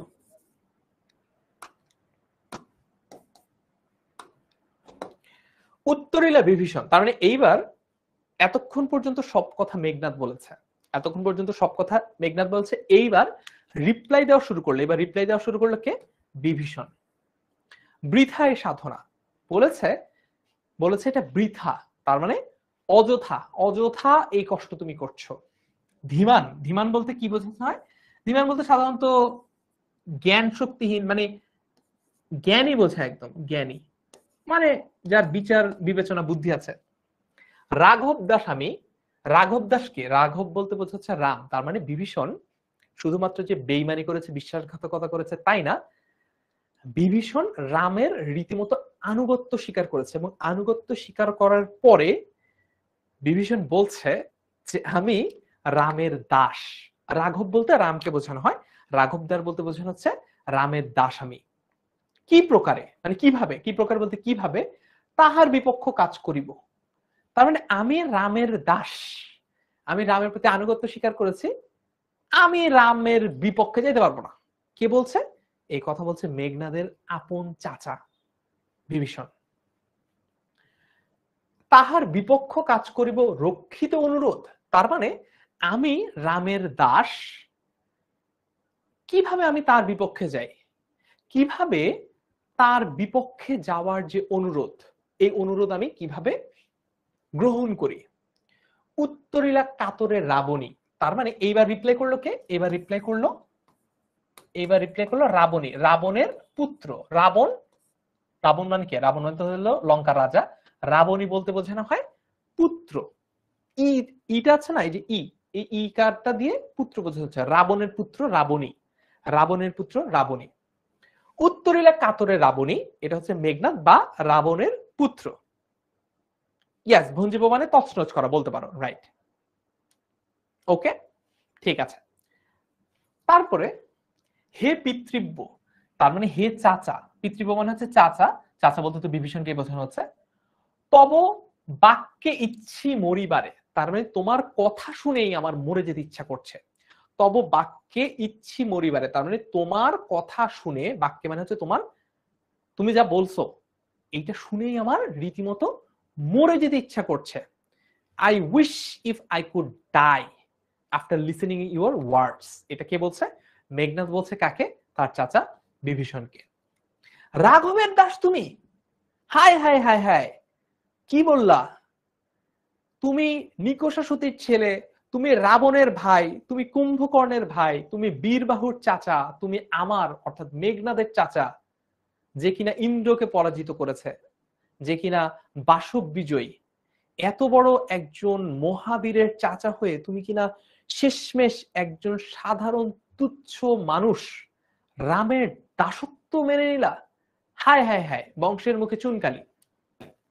রাঘবের দাস তুমি? কেমনে ও মুখে আনিলে কথা? তাত মানে চাচা, কহতা দাসের। এইবার দাস কিন্তু, এইবার এইখানে যে দাস, এই যে দাস, এই দাস দিয়ে কিন্তু মেঘনাদ নিজের কথাই বলছে। তার মানে মেঘনাদও নিজেকে তার চাচার দাস বলছে। স্থাপিলা বিধুরে বিধি স্থানুর ললাটে, পরিকি ভূতলে শশীর যান গড়াগড়ি ধুলায়। এই পর্যন্ত আমি একটু তোমাদেরকে অর্থটা বুঝাই দিই, এইটা একসাথে বুঝাবো, এইটা একটু তোমাদেরকে একসাথে বুঝাই, তাহলে বুঝতে সুবিধা হবে। এর আগ পর্যন্ত ক্লিয়ার? এতটুকু ক্লিয়ার হলে একটু ক্লিয়ার বলো। আর লাস্টে দুইটা লাইন আর ওই দিকের এই পরের স্লাইডের একটা লাইন, এইটুকু আমি বুঝিয়ে দিচ্ছি। এতটুকু ক্লিয়ার হলে একটু ক্লিয়ার বলে ফেলো। আর কারো যদি কোনো প্রশ্ন আসে সেটাও বলো। ওকে, ইয়াস জুবেদা 27 বুঝতে পারছি। সো আজকের ক্লাসে তোমাদের কেমন লাগছে তোমরা কোথায় লিখে জানাবে, এটা ক্লাসের পরপরই কোথায় লিখে জানাবে এটা। HSC 27 স্টার স্টুডেন্টস 10MS এই যে ফেসবুক গ্রুপটা আছে, এই গ্রুপটাতে আজকে আমি তোমাদের 100-র বেশি ক্লাস রিভিউ পোস্ট দেখতে চাই, যে আজকের ক্লাসটা তোমাদের কেমন লেগেছে, বাংলা সম্পর্কে তোমাদের যে ভয় সেটা কি কাটলো কিনা, নাকি সেই ভয়টা আরো বেড়ে গেল, বাংলা ইজিলি A+ পেয়ে যাবো এই আইডিয়াটা সম্পর্কে তোমার একটা রিয়েলিটি চেক হলো কিনা, এবং বাংলা তুমি শেষমেশ 10 মিনিট স্কুলের কাছে কিংবা তোমাদের প্রিয় ফারহান ভাইয়া কাছে পড়বা কিনা, সেটা তোমরা আমাদের এই যে ক্লাস রিভিউ সেখানে লিখে জানাবা। ওকে, ঠিক আছে। তা তথ্য চাচা, হ্যাঁ, অলরাইট, ঠিক আছে। স্থাপিলা বিধুরে বিধি স্থানুর ললাটে, এই লাইনটার মানে কি বোঝাচ্ছে? স্থাপিলা মানে হচ্ছে স্থাপন করলেন। তার মানে এই জায়গাটায় মূলত মেঘনাদ বোঝানোর চেষ্টা করছেন যে আসলে ওই যে একটা কথা আছে না, বন্যেরা বনে সুন্দর শিশুরা মাতৃক্রোড়ে, তার মানে যারা বন্য তারা বনে সুন্দর আর শিশুরা বাচ্চা কাচ্চারা মায়ের কোলেই ভালো। তো তিনি বলছেন একই কথা, একই রকম একটা কথা সেটা দিয়ে কে বলার চেষ্টা করছে সেটা বলে মেঘনাদ বলার চেষ্টা করছেন যে এই যে স্থাপিলা মানে স্থাপন করলেন বিধুরে বিধি স্থানুল ললাটে, তার মানে এই ললাট মানে কি? ললাট মানে হচ্ছে কপাল। আচ্ছা আমি একটু একটু করে লিখে দিই তাহলে তোমাদের অর্থগুলা বুঝতে সুবিধা হবে। ললাট মানে হচ্ছে কপাল, হাই কপাল, পড়া কপাল।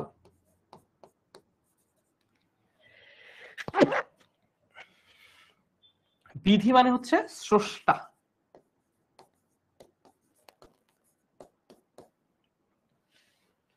সাবিলা মানে স্থাপন করলো। বিধুরে বলতে এখানে আসলে চাঁদ বোঝাচ্ছে।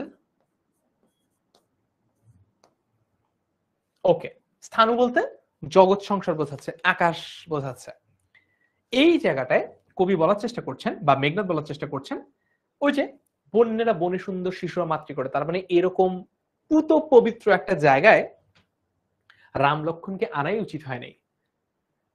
তিনি বলছেন স্থাপিলা বিধুরে বিধি স্থানুল ললাটে, তার মানে সবকিছুর একটা উপযুক্ত জায়গা আছে, সবকিছুর একটা উপযুক্ত জায়গা আছে। যেমন স্রষ্টা চাঁদকে কোথায় স্থাপন করেছেন? স্রষ্টা চাঁদকে স্থাপন করেছেন জগতের ললাটে, তার মানে হচ্ছে জগৎ সংসারের কপাল, তার মানে আকাশকে বোঝানো হচ্ছে। স্থানুল ললাটে বলতে মূলত এখানে আকাশকে বোঝানো হচ্ছে। তার মানে এই যে চাঁদ, মনে করো এটা হলো আমাদের চাঁদ, ঠিক আছে? এই চাঁদটা কিন্তু মাটিতে নেমে আসে না। এই চাঁদের অবস্থান হচ্ছে কোথায়? এই চাঁদের অবস্থান হচ্ছে আকাশে। এই যে আকাশে চাঁদের অবস্থান, এই অবস্থানটা কে ঠিক করেছে? এই অবস্থানটা ঠিক করেছে স্রষ্টা। পড়ি কি ভূতলে শশী যান গড়াগড়ি, তার মানে কি? তার মানে হচ্ছে তিনি বলছেন কখনো দেখছেন, শশী মানে কি? শশী মানে চাঁদ। কখনো দেখেছেন যে স্রষ্টা যে চাঁদকে তার উপযুক্ত স্থান হিসেবে ধারণ করে আকাশে স্থাপন করেছেন? কখনো দেখেছেন যে সেই চাঁদ ভূতলে ধুলোর মধ্যে গড়াগড়ি খাচ্ছে? মানে কখনো সেটা নিচে নেমে এসেছে, কখনো সেটা তার উপযুক্ত স্থান ছেড়ে অন্য কোথাও চলে গেছে? আপনি কখনো দেখেছেন এটা? ওকে, ঠিক আছে। হে রক্ষরথী, রক্ষরথী বলতেও একদম রাক্ষস কুলের বীর অর্থাৎ বিভীষণের কথা বোঝানো হচ্ছে। এখানেও কাকে বোঝাচ্ছে? এখানে রক্ষরথী বলতে বিভীষণকে বোঝানো হচ্ছে। ভুলিলে কেমনে কে তুমি জনম তব কোন মহাকুলে, তার মানে তুমি তোমার বংশগৌরব কিভাবে ভুলে গেলা? তুমি তোমার বংশগৌরব কিভাবে ভুলে গেলা? তাসিন কাজী সেপ্টেম্বর থেকে, জাস্ট এই একটা মাস বেসিক বিল্ডিং ক্লাস হবে, এরপর সেপ্টেম্বর থেকে আমাদের একদম মেইন পেইড ক্লাস শুরু হয়ে যাবে। বুঝছো? এখনই যা একটু দুষ্টুমি করার করে নিতে পারো। পেইড ক্লাসে কিন্তু তুমি একবার যদি ট্র্যাক মিস করে ফেলো দুষ্টুমি করতে গিয়ে, আর কিন্তু ট্র্যাকে ফিরতে পারবা না, আর কিন্তু ট্র্যাকে ফিরতে পারবা না। বুঝছো? ওকে, ঠিক আছে। তারপরে দেখি, কে তুমি জনম তব, বা তোমার জন্ম কোন মহাকুলে, এটা ভুলে গেছো? কে বা সে অধম রাম, এই অধম মানে এই রাম, এটা কে? কোন সে অধম? কোন তুচ্ছ মানুষ রাম? তারপর কি বলেছে? স্বচ্ছ সরোবরে করে কেলি রাজহংস পঙ্কজ কারণে, যায় কি সে কভু প্রভু পঙ্কিল ছড়িলে শৈবাল দলের ধাম। আচ্ছা, এই পর্যন্ত একটু তোমাদেরকে আবার আমি একটু আলাদা করে বুঝাই দিই।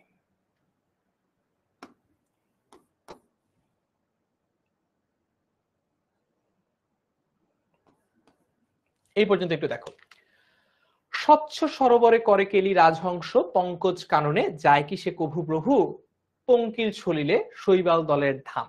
তার মানে বলা হচ্ছে একদম সাদা ফকফকে ঝকঝকে যে রাজহাঁস, তার কথা বলা হচ্ছে। মানে এর আগে প্রথম এক্সাম্পল দেওয়া হয়েছে, চাঁদের, ঠিক আছে, চাঁদের। এইবার হচ্ছে রাজ হাঁসের এক্সাম্পল দেওয়া হবে, রাজহাঁসের এক্সাম্পল এবার দেওয়া হচ্ছে। বলা হচ্ছে স্বচ্ছ সরোবরে, সরোবর মানে হচ্ছে হ্রদ, লেক, হ্রদ বা লেক। স্বচ্ছ সরোবরে করে কেলি, কেলি মানে হচ্ছে খেলা করে, জল কেলি মানে কি? মানে হচ্ছে জল দিয়ে বা পানি দিয়ে খেলা করে। কেলি রাজহংস পঙ্কজ কারণে, তার মানে পঙ্কজ কারণে বলতে কি বোঝানো হচ্ছে? পদ্ম ফুলের যে বাগান, মানে একদম স্বচ্ছ টলটলে যেখানে পানি, সেখানেই কিন্তু মানে একদম স্বচ্ছ যেখানে পানি, অর্থাৎ একদম পরিষ্কার যেখানে পানি, সেখানেই কিন্তু রাজহাঁস খেলা করে। কখনো কি দেখছো রাজহাঁস কাদাযুক্ত পানির মধ্যে নেমে জলকেলি করতেছে? এটা তো কখনো দেখো নাই। কি বলেছে? যায় কি সে কভু প্রভু পঙ্কিল কাদাযুক্ত সলিলে, সলিল মানে হচ্ছে পানিতে। তার মানে চাঁদ তো বাদ দিলাম, চাঁদের কথা তুমি বাদই দাও, রাজহাঁসের কথা যদি তুমি কখনো চিন্তা করো, রাজহাঁসকে কখনো দেখেছো যে রাজহাঁস স্বচ্ছ পরিষ্কার পানি বাদ দিয়ে কাদাযুক্ত পানিতে নেমেছে? কখনো দেখছো রাজহাঁস কেমন করতে? রাজহাঁসও কিন্তু এমন করে না। ওকে, এতটুকু বুঝছো? বা শৈবাল তলের ধাম, তার মানে হচ্ছে যেই পুকুরে শ্যাওলা জমে সেখানেও ইভেন রাজহাঁস নামে না। শৈবাল দলের ধাম তার মানে শৈবাল জমে যেখানে, শ্যাওলা জমে যেখানে, সেইখানেও পর্যন্ত রাজহাঁস নামে না। ক্লিয়ার এতটুকু? ভাইয়া বাংলার কি একই লেখকের বই সারা বাংলাদেশে কলেজে পড়ানো হয় কিনা মুন্নি জানতে চেয়েছে। উত্তর হচ্ছে হ্যাঁ, এনসিটিভির বোর্ড বই দেওয়া হয়, সেটা সারা বাংলাদেশে পড়ানো হয় মুন্নি। ওকে, এতটুকু ক্লিয়ার হয়ে গেল? ক্লিয়ার লিখে ফেলো। এতটুকু যদি ক্লিয়ার হয় লিখে ফেলো ক্লিয়ার। আর বাকি কথা তো আমরা দেখব আমাদের এইচএসসি 27 স্টার স্টুডেন্টস 10ms এই গ্রুপটাতে। এতটুকু বুঝছি? জান্নাতুল আক্তার মিম বলছে জি অনেক ভালো বুঝেছি আলহামদুলিল্লাহ, ভেরি গুড। যারা যারা দেখো তোমাদের বন্ধুরাই কিন্তু অনেকে মনোযোগ দিচ্ছে, একই ক্লাস অনেকেই বুঝতে পারছে, প্রায় 80-90% স্টুডেন্টই কিন্তু বুঝতে পারছে। সো তুমি যদি দুষ্টুমি করো, অমনোযোগী থাকো, অপ্রাসঙ্গিক কমেন্ট করতে গিয়ে আমার পড়া মিস করো, পরে যদি তুমি পরীক্ষায় A+ মিস করো, কার ক্ষতি হবে দিন শেষে? আমি তো আমার মতো পড়ে যাব। আমি তোমার ব্যাচকে, তোমার ব্যাচের আগেও আমি অনেকগুলো ব্যাচকে পড়িয়েছি, তোমার ব্যাচের পরেও ইনশাল্লাহ আল্লাহ চাইলে আরো অনেকগুলো ব্যাচ হয়তো বা পড়াবো, তোমারই ক্ষতি হবে দিন শেষে। তোমাকেই তোমার সারা জীবন পরবর্তীতে তুমি বিশ্ববিদ্যালয়ে ভর্তি বলো, চাকরির পরীক্ষা বলো, সব জায়গায় তোমাকে এইচএসসি সার্টিফিকেটটা জমা দিতে হবে এবং সেখানে একটা A+ মিস থাকবে। এবং সবখানে দেখবা তোমাকে এটা নিয়ে প্রশ্ন করছে যে আপনি এসএসসি তে তো ভালোই করেছিলেন, এইচএসসি তে রেজাল্ট খারাপ করলেন কেন? তখন তুমি বলতে পারবা কারণ ফারহান ভাইয়ের ক্লাসে দুষ্টুমি করছিলাম? হবে? এটা বললে হবে? ওকে। একজন একটা সুন্দর প্রশ্ন করেছে, ভাই এইচএসসি আর আলিম কি এক কিনা? হ্যাঁ, এইচএসসি আর আলিম হচ্ছে ইকুইভ্যালেন্ট। হাউএভার এইচএসসি আর আলিমের বাংলা সিলেবাসের মধ্যে দুই একটা টপিক এদিক সেদিক আছে, দুই একটা টপিক, ওইটা ফার্স্ট টাইম তোমাদের সাথে কমিউনিকেট করবে যে এইচএসসি সিলেবাসে মনে করো দুইটা গল্প আছে, সেই দুইটা গল্পের পরিবর্তে আলিমের সিলেবাসে হয়তো অন্য দুইটা গল্প আছে, বা কবিতার ক্ষেত্রে এক দুইটা এদিক ওদিক আছে, বাট মোটামুটি 98% সিলেবাসই সেম আলিম আর এইচএসসির ক্ষেত্রে। জি, রেকর্ড ক্লাস পাবা।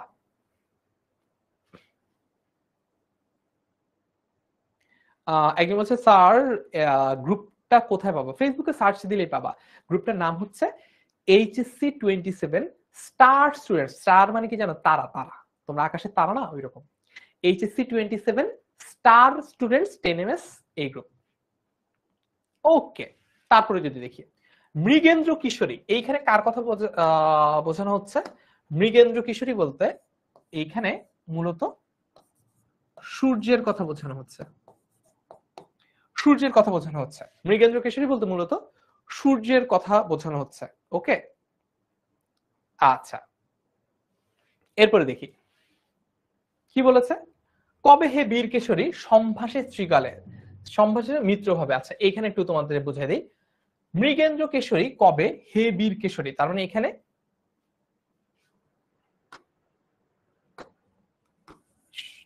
সিংহের কথা বোঝানো হচ্ছে। কেন সূর্য লিখলাম? সিংহ, সিংহ,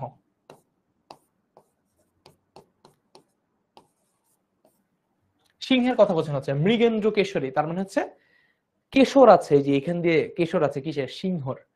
এই যে সিংহ, বীর সাহসী যে সিংহ, সিংহ, এই সিংহকে কখনো দেখেছো শিয়ালের সাথে বন্ধুত্ব করতে? শিয়াল পণ্ডিতের সাথে কখনো বন্ধুত্ব করতে দেখেছো? বলেছে হে বীর কেশরী সম্ভাষে, সম্ভাষে মানে হচ্ছে ডাকে, শ্রীগালে, শ্রীগালে মানে হচ্ছে শিয়ালকে, শ্রীগাল মানে হচ্ছে শিয়ালকে মিত্র ভাবে। তার মানে এই বীর শক্তিশালী সিংহকে কখনো তুমি দেখেছো যে শিয়ালকে বন্ধু ভাবাপন্ন ভাবে ডাকে বা শিয়ালের সাথে বন্ধুত্ব করে? একদম সিম্পল টার্মসে বুঝো, শিয়ালের সাথে কখনো দেখছো সিংহকে বন্ধুত্ব করতে? তার মানে লেভেল, লেভেলে নাই। একটা গান আছে না, লেভেলের নাই, লেভেলের নাই, লেভেলে নাই, এইটা হচ্ছে এরকম। চাঁদ, চাঁদের একটা লেভেল আছে, চাঁদের লেভেল হচ্ছে আকাশ, চাঁদ কখনো মাটিতে নেমে আসে না। রাজহাঁস, রাজহাঁসের একটা লেভেল আছে, রাজহাঁস সবসময় স্বচ্ছ পানিতে খেলা করে, রাজহাঁস কখনো কাদাযুক্ত পানিতে নামে না, রাজহাঁসের লেভেলে নেই। এবং লাস্টলি এইটা পড়লাম যে সিংহের একটা লেভেল আছে, সিংহ কখনো শিয়ালের সাথে বন্ধুত্ব করে না। ওকে, ঠিক আছে। অজ্ঞ দাস বিজ্ঞতম তুমি, তার মানে মেঘনাদ নিজেকে বলছে আমার আসলে জ্ঞান ট্যান নাই, আমি মূর্খ মানুষ। বিনয় বিনয় বিনয় দেখিয়ে বলছে, আসলে মেঘনাদের বুদ্ধি ছিল, কিন্তু মেঘনাদ তারপরও বিনয় দেখাতে গিয়ে তার চাচা বিভীষণকে বলছে যে আমি তো অজ্ঞ মূর্খ মানুষ, কিন্তু বিজ্ঞতম তুমি, তোমার তো অনেক বুদ্ধি। বিভীষণকে বলছে বিভীষণ তোমার তো অনেক বুদ্ধি। অবিদিত, অবিদিত মানে হচ্ছে অজানা, অবিদিত মানে হচ্ছে অজানা, অজানা নহে কিছু তোমার চরণে, তার মানে তোমার পায়ের কাছে, তোমার পায়ের কাছে কোনো কিছুই তো অজানা না, তাহলে তুমি তো সবই জানো। আমি যে চাঁদের উদাহরণ দিলাম, আমি যে রাজহাঁসের উদাহরণ দিলাম, আমি যে সিংহের উদাহরণ দিলাম, তোমার কাছে তো কোনোটাই অজানা না, তুমি তো সবই জানো। ক্ষুদ্রমতি নর সুর লক্ষণ নহিলে অস্ত্রহীন যোধে কিসে সম্বোধে সংগ্রামে। আচ্ছা, তুমি সবই জানো, সবই বুঝো, কিন্তু ক্ষুদ্রমতি তার মানে হচ্ছে ন্যারো মাইন্ডেড। ক্ষুদ্রমতি মানে কি? ছোট মন যার, নিচু মন যার, ছোট লোক, ন্যারো মাইন্ডেড। এইরকম নর সুর লক্ষণ নহিলে অস্ত্রহীন, তার মানে ওই যে মেঘনাদ কি, মেঘনাদ কিন্তু ওই নিকুম্ভিলা যজ্ঞাগার বা নিকুম্ভিলা যে মন্দির, সেখানে সে কি ছিল, সেখানে সে অস্ত্রহীন অবস্থায় ছিল, সেখানে তার কাছে কোনো অস্ত্র ছিল না। অস্ত্রহীন যোধে কিসে সম্বোধে সংগ্রামে, তার মানে অস্ত্রহীন, তখনকার সময় একটা যুদ্ধের রুল ছিল, সেটা হচ্ছে নিরস্ত্র কারোর সাথে যুদ্ধ করা হতো না তখন। তার মানে যুদ্ধ তখনই হতো যখন দুই পক্ষের হাতে অস্ত্র থাকতো। বুঝতে পেরেছো? এটা তখনকার যুদ্ধের গ্রাউন্ড রুল, তার মানে যুদ্ধের রীতি, যুদ্ধের মনে করো আদব কায়দা। যুদ্ধের আদব কায়দা কি ছিল? যুদ্ধের রীতি বা যুদ্ধের আদব কায়দা ছিল যে নিরস্ত্র কারোর সাথে তখন যুদ্ধ করা হতো না। কিন্তু লক্ষণ দেখলো, লক্ষণ দেখেছিল মেঘনাদ যদি একবার অস্ত্র ধারণ করে তাহলে মেঘনাদকে সে আর যুদ্ধে পরাজিত করতে পারবে না। এই জন্য যুদ্ধের এই নিয়মের তোয়াক্কা না করে লক্ষণ ভাবলো everything is fair in love and war. কি ভেবেছিল লক্ষণ? লক্ষণ ভেবেছিল everything is fair in love and war. এই জন্য লক্ষণ জানতো যে অস্ত্র ছাড়া যুদ্ধের আহ্বান জানানোটা যুদ্ধের রীতির সাথে যায় না, কিন্তু স্টিল সে মেঘনাদের সাথে অস্ত্রহীন অবস্থায় যুদ্ধ করতে চেয়েছিল। তার মানে তখন লক্ষণের হাতে অস্ত্র আছে, লক্ষণের হাতে মনে করো তলোয়ার আছে, কিন্তু মেঘনাদের হাতে কোনো তলোয়ার নাই। মেঘনাদ যখন তার চাচা বিভীষণকে বলছে যে চাচা সাইডে সরেন, আমাকে অস্ত্রাগারে গিয়ে অস্ত্র আনতে দেন, তখন কিন্তু বিভীষণ তাকে অস্ত্র আনতে দিতেও দেয় নাই, আনতে দেয় নাই। বুঝছি এতটুকু পর্যন্ত? আচ্ছা, ক্লাস বড়জোর আর 20 মিনিট চলবে, মানে বড়জোর আমরা 9:30 পর্যন্ত ক্লাসটা করব। অস্ত্রহীন যোধে কি সম্বোধে সংগ্রামে কহ মহারথী, তার মানে বিভীষণকে বলছে এ কি মহারথী প্রথা, তার মানে এটা কি যুদ্ধের প্রথা হলো? যুদ্ধের কিছু আদব কায়দা আছে না, এটা কেমন কথা যে আমার হাতে অস্ত্র নাই ও বলে আমার সাথে যুদ্ধ করবে? অলরাইট, সো আমাদের কবিতাটা দুইটা পার্ট, আমরা প্রথম পার্টটা অলরেডি বুঝে ফেললাম। আমরা এখন কিছু পোলের মাধ্যমে, ইন ক্লাস পোলের মাধ্যমে আমরা কিছু প্রশ্ন সলভ করব। আমরা দেখবো লিডার বোর্ডে কারা ফার্স্ট সেকেন্ড থার্ড হচ্ছে, এখান থেকে আমরা বুঝতে পারবো যে কারা ক্লাসটা মনোযোগ দিয়ে করেছে। ঠিক আছে, এখন তো যারা যারা দুষ্টুমি করেছো তারা ধরা খাবা। সো বাকিরা কি প্রিপেয়ার্ড?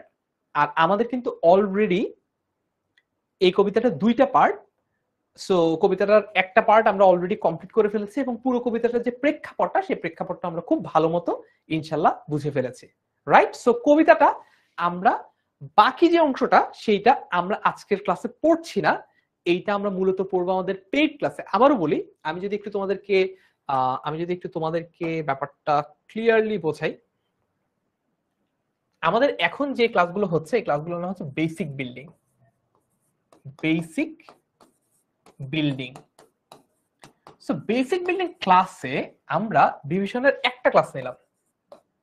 এই একটা ক্লাসে আমি মূলত তোমাদের কি করলাম, একটা ক্লাসে আমি মূলত তোমাদেরকে প্রেক্ষাপটটা বুঝাই দিলাম যে কেন এই কবিতাটা কোন প্রেক্ষাপটে লেখা হয়েছে এবং কবিতার একটা অংশ, কবিতার অর্ধেক বুঝাইলাম, তাহলে ভাইয়া কবিতার বাকি অর্ধেক তো বাকি থেকে গেল।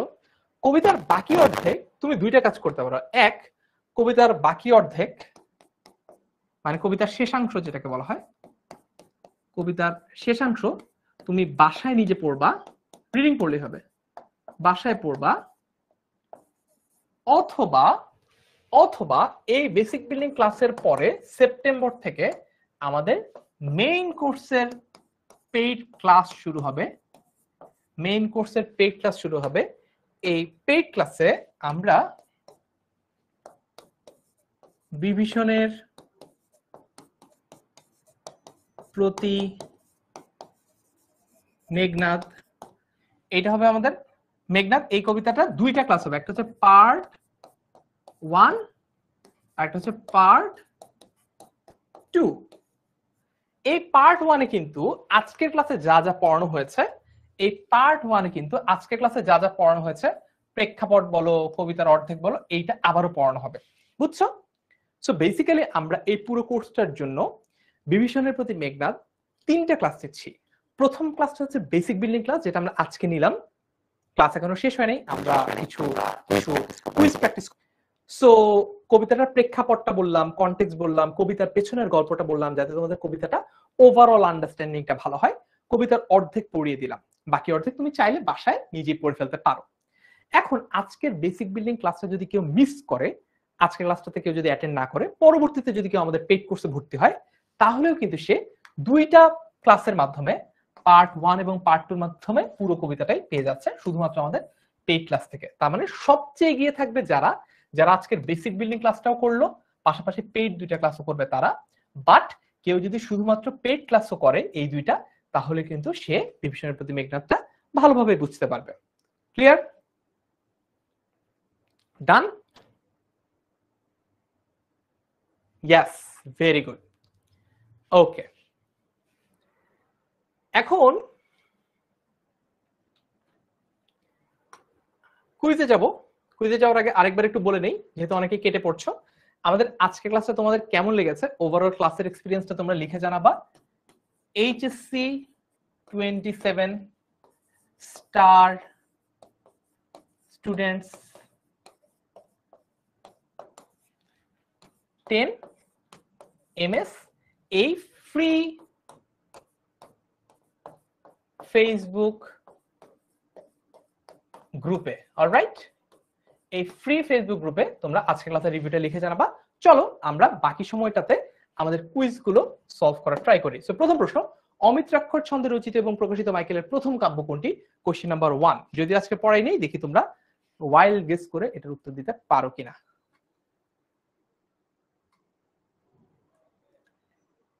ইয়েস, বলো। অনেকে প্রশ্ন করছে ভাইয়া মাস্টার বুক কবে দিবেন? মাস্টার বুক অলরেডি প্রিন্টে চলে গেছে, প্রেসে প্রিন্ট হচ্ছে, ইনশাল্লাহ সেপ্টেম্বরের শুরুতে, মানে আগামী মাসের শুরুর দিকে ইনশাল্লাহ পেয়ে যাওয়া। আর যারা যেই সিরিয়ালে অর্ডার করেছো তাদের কাছে সেই সিরিয়ালেই পাঠানো হবে। সো এখনো যারা অর্ডার করো নাই, অর্ডার করে ফেলো, তাহলে কিন্তু আগে আগে পাবা। কারণ এখন যদি অর্ডার করো তাহলে কিন্তু অলরেডি যারা আগে অর্ডার করেছে তাদের পরে তোমার অর্ডারটা যাবে। ওকে, ঠিক আছে। অনেকে একের এ বলছো, পোলে অপশন আছে কিন্তু, poll poll poll app app চালাও, অ্যাপে দাও। একের উত্তর কি? একের উত্তর সবাই ভুল করছো, এটা তো তিলোত্তমা হবে, তিলোত্তমা। তিলোত্তমা সম্ভব কাব্য, একে D is the correct answer. High high, ভুল হয়ে গেল, একে D is the correct answer. তার মানে এই ধরনের প্রশ্ন কিন্তু এইচএসসি তে আসবে। তখন যদি বলো ভাইয়া এটা তো আপনি পড়ান নাই, এই প্রসঙ্গে কবি কি বলেছেন জানো? সারা রাত করিলাম পাঠ গীতা, সকালে সে উঠিয়া জিজ্ঞাসিল কার বাবা সীতা। শুনছো এটা কখনো? সারা রাত করিলাম পাঠ গীতা, সকালে সে উঠিয়া জিজ্ঞাসিল কার বাবা সীতা। তার মানে এই যে যারা মনোযোগ দিয়ে পড়ে না, সীতা কারো বাবা কিভাবে হবে? সীতা তো একজন নারী, তিনি হলে কারো মা হবেন, তাই না? সে তো আর বাবা হবেন না। তো এই যে মনোযোগ দিয়ে না পড়লে কি হয়, সারা রাত গীতা পাঠ করলাম, সকালবেলা উঠে একজন জিজ্ঞেস করছে যে সীতা কার বাবার নাম। মনোযোগ দিয়ে না পড়লে তোমাদের অবস্থা এমন হবে। তোমাদেরকে নিয়ে তখন আমি বলবো সারা রাত করিলাম পাঠ গীতা, সকালে সে উঠিয়া জিজ্ঞাসিল কার বাবা সীতা। ওকে, একের D is the correct answer. আমরা একটু দেখি কারা কারা ফার্স্ট সেকেন্ড থার্ড হলো। আমরা একটু দেখি কারা কারা ফার্স্ট সেকেন্ড থার্ড হলো? ওকে, সো জান্নাতুল শাহরিন সেকেন্ড হয়েছে, রক্তিম থার্ড হয়েছে, আর ফোর্থ হয়েছে জান্নাতুল ফেরদৌস। তোমাদের তিনজনকে অনেক অনেক কংগ্রাচুলেশন। পরের প্রশ্নটাতে যদি আমরা যাই,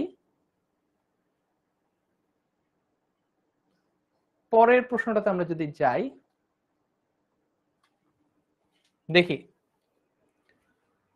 আচ্ছা, এটা আমি বলে দিচ্ছি, বিভীষণের প্রতি মেঘনাদ কবিতাটি কতটি স্বর্গে বিভক্ত। স্বর্গ মানে হচ্ছে বেহেশত বোঝায় নাই, স্বর্গ বলতে এখানে আসলে কয়টা ভাগ বুঝাইছে, ভাগ।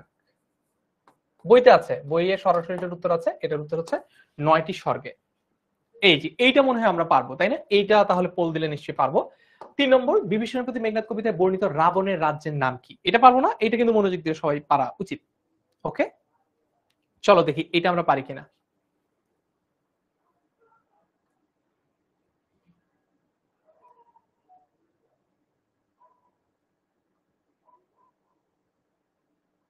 ইয়েস, প্রশ্ন নম্বর 3, বিভীষণের প্রতি মেঘনাদ কবিতায় বর্ণিত রাবণের রাজ্যের নাম কি? রাবণের রাজ্যের নাম কি? কামাখ্যা, এটা হবে না, এটার উল্লেখ কোথাও পাই নাই। স্বর্ণালঙ্কা, আচ্ছা এটা পেন্ডিং রাখি, কারণ লঙ্কা মিলেছে কিন্তু স্বর্ণা তো পাই নাই। নল রাজ্য, এটা আবার কি? আর মথুরা, এটা তো নামই শুনে নিয়েছি মানে, তাহলে এইটাই বাকি আছে, এইটাই তাহলে উত্তর হিসেবে দেই। কারেক্ট অ্যান্সার কি? B is the correct answer. Very good, যারা যেটা সঠিক উত্তর দিয়েছো congratulation, B is the correct answer.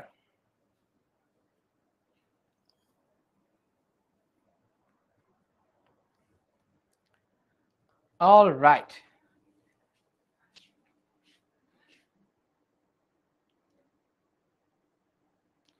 First হয়েছে আরজু দাশগুপ্ত, সেকেন্ড হয়েছে লামিয়া আক্তার, এবং থার্ড হয়েছে লুবাতু জাকা। তোমাদের তিনজনকে অনেক অনেক কংগ্রাচুলেশন।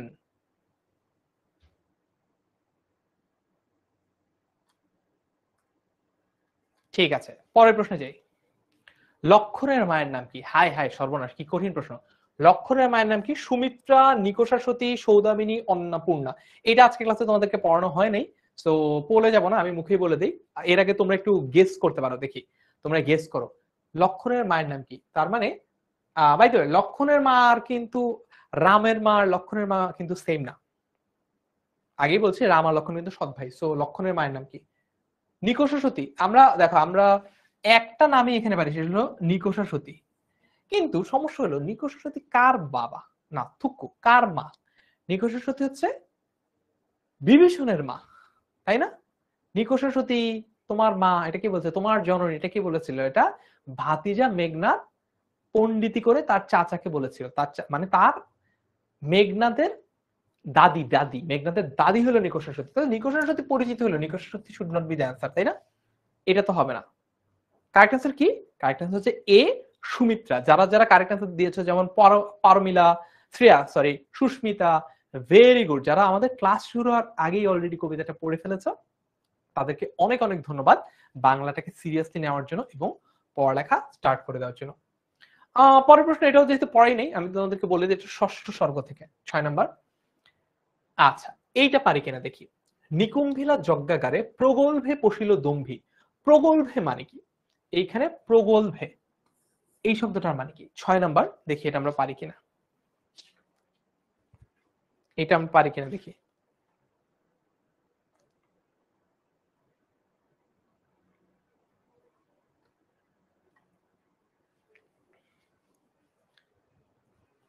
রাহনুমা ইসলাম বলছে ভাইয়া খারাপ লাগতেছে কেন? মাথা ব্যথা করতেছে? আচ্ছা, শ্রেয়া বলেছে ভাইয়া ফাইনালি আমার নাম বললো। ওকে, এটার উত্তর বলো, বলে দাও এটার উত্তর। নিঃসংকোচে, নির্বিচারে, নির্ভয়, নাকি নীরবে? এইটা হইতে পারে, আমার মনে হয়, আমার গেস হচ্ছে এটা নিঃসংকোচে। প্রগলভে পশিল, পশিল মানে হচ্ছে প্রবেশ করলো, দম্ভী মানে হচ্ছে দম্ভ করে বা অহংকার করে। দেখি তোমরা সঠিক উত্তর কি বলো। নাকি নির্ভয় হবে বলো তো, নাকি নির্ভয় হবে? কোনটা হবে? কারেক্ট হচ্ছে নির্ভয়, ভেরি গুড। যারা যারা সঠিক উত্তর দিয়েছে, যেমন নিয়াত সঠিক উত্তর দিয়েছে, আনিকার উত্তরটা ভুল হয়েছে, ধৃতি রানী সেতু সঠিক উত্তর দিয়েছে, ভেরি গুড। দেখি আমি একটু লিডার বোর্ডটা দেখাই তোমাদেরকে।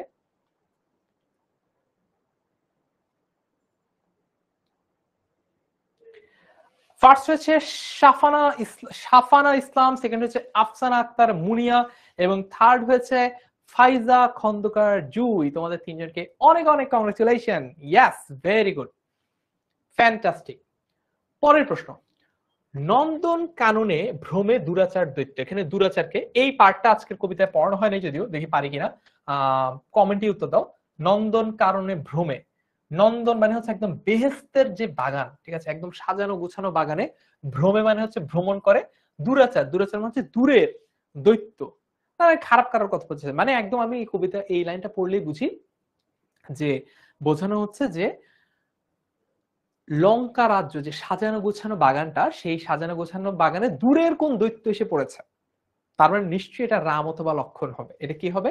রাম হবে অথবা লক্ষণ হবে। এটা বিভীষণ আর কুম্ভকর্ণ হবে না, তাই না? 7 নাম্বার, রাম অথবা লক্ষণ হবে। এইবার তোমরা গেস করো, এটা হচ্ছে আমাদের কত নম্বর প্রশ্ন? 7 নাম্বার প্রশ্ন। এইবার তোমরা গেস করো কোনটা হবে। বাই দ্য ওয়ে, আমরা পুরো কবিতাটায় কোথাও কিন্তু রাম ওখানে উপস্থিত এরকম কোনো হিন্টই পাইনি। ওখানে মূলত লক্ষণ উপস্থিত হয়েছিল।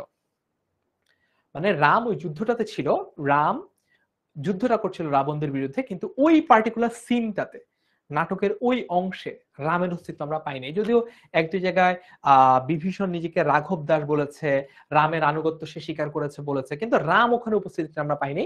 তো ওই জায়গাটা কে গিয়ে উপস্থিত হয়েছিল? ওই জায়গাটা উপস্থিত হয়েছিল লক্ষণ। লক্ষণ ওয়াজ দা গাই। ওকে, ক্লিয়ার? 7-এর বি যারা বলেছো সবাই সঠিক উত্তর দিয়েছ, ভেরি গুড। 8 নম্বর প্রশ্ন, নিকুম্ভিলা যজ্ঞাকার কি? এইটা পারা উচিত, এইটা পারা উচিত। 8 নম্বর 8, এটা আমি পোল দিয়ে দিই।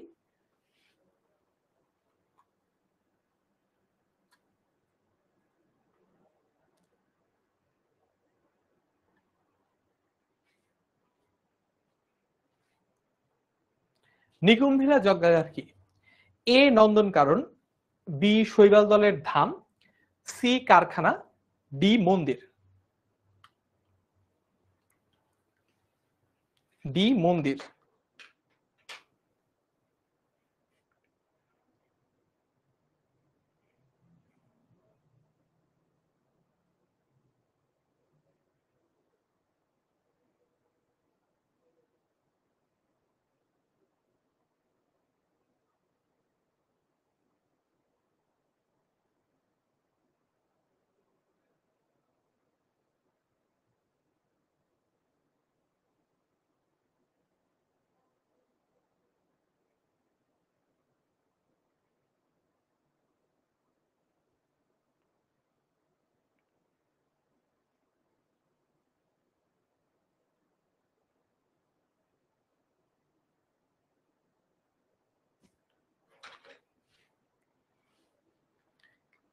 সো কারেক্ট আনসার কি?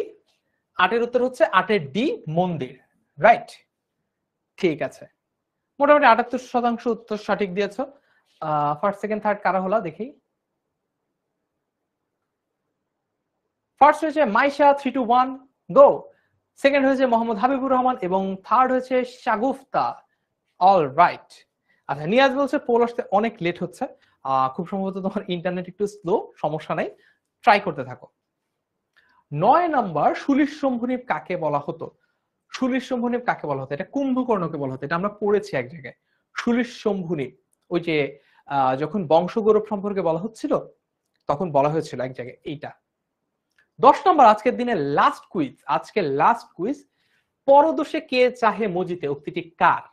উক্তিটা কার? আচ্ছা তোমরা গেস করো, এটা যেহেতু এই কবিতার পরের অংশে, শেষাংশে তোমরা এটা পাবা, যেটা আজকে পড়াই নেই, তোমরা পোলে না, তোমরা গেস করো দেখি কে বলেছে এটা।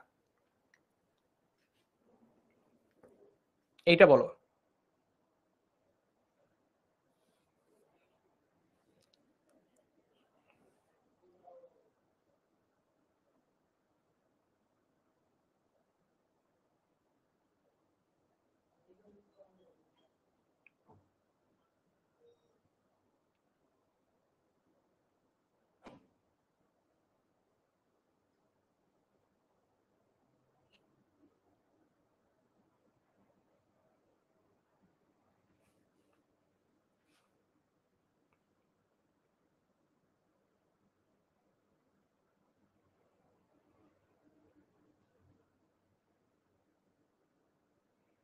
কারেক্ট অ্যান্সার কি? কারেক্ট অ্যান্সার হচ্ছে বিভীষণ।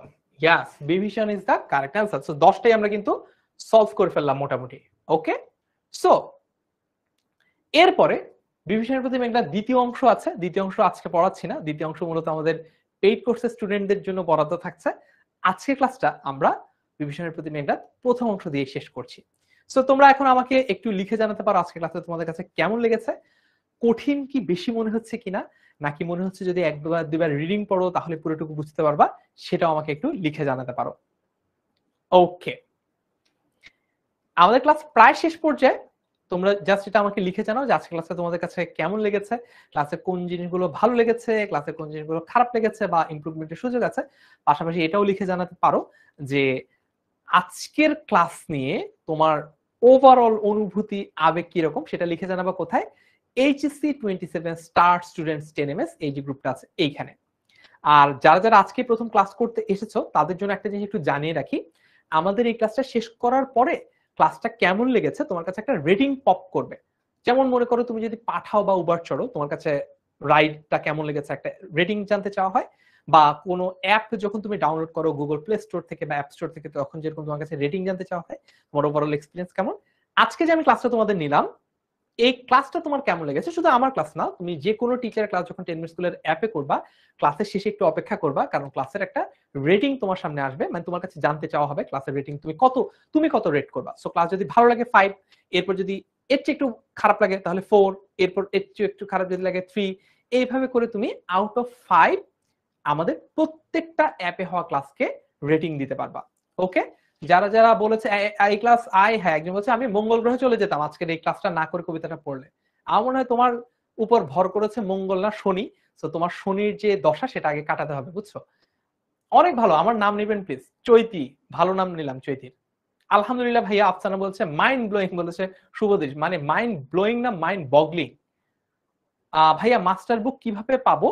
16910 নম্বরে কল দিয়ে তুমি তোমার অর্ডারটা কনফার্ম করলে আমরা যখন বইটা প্রিন্ট কমপ্লিট হয়ে যাবে আমরা সবাইকে পাঠিয়ে দিব, যার যার বাসায় ফ্রিতে ডেলিভারি করে দিব।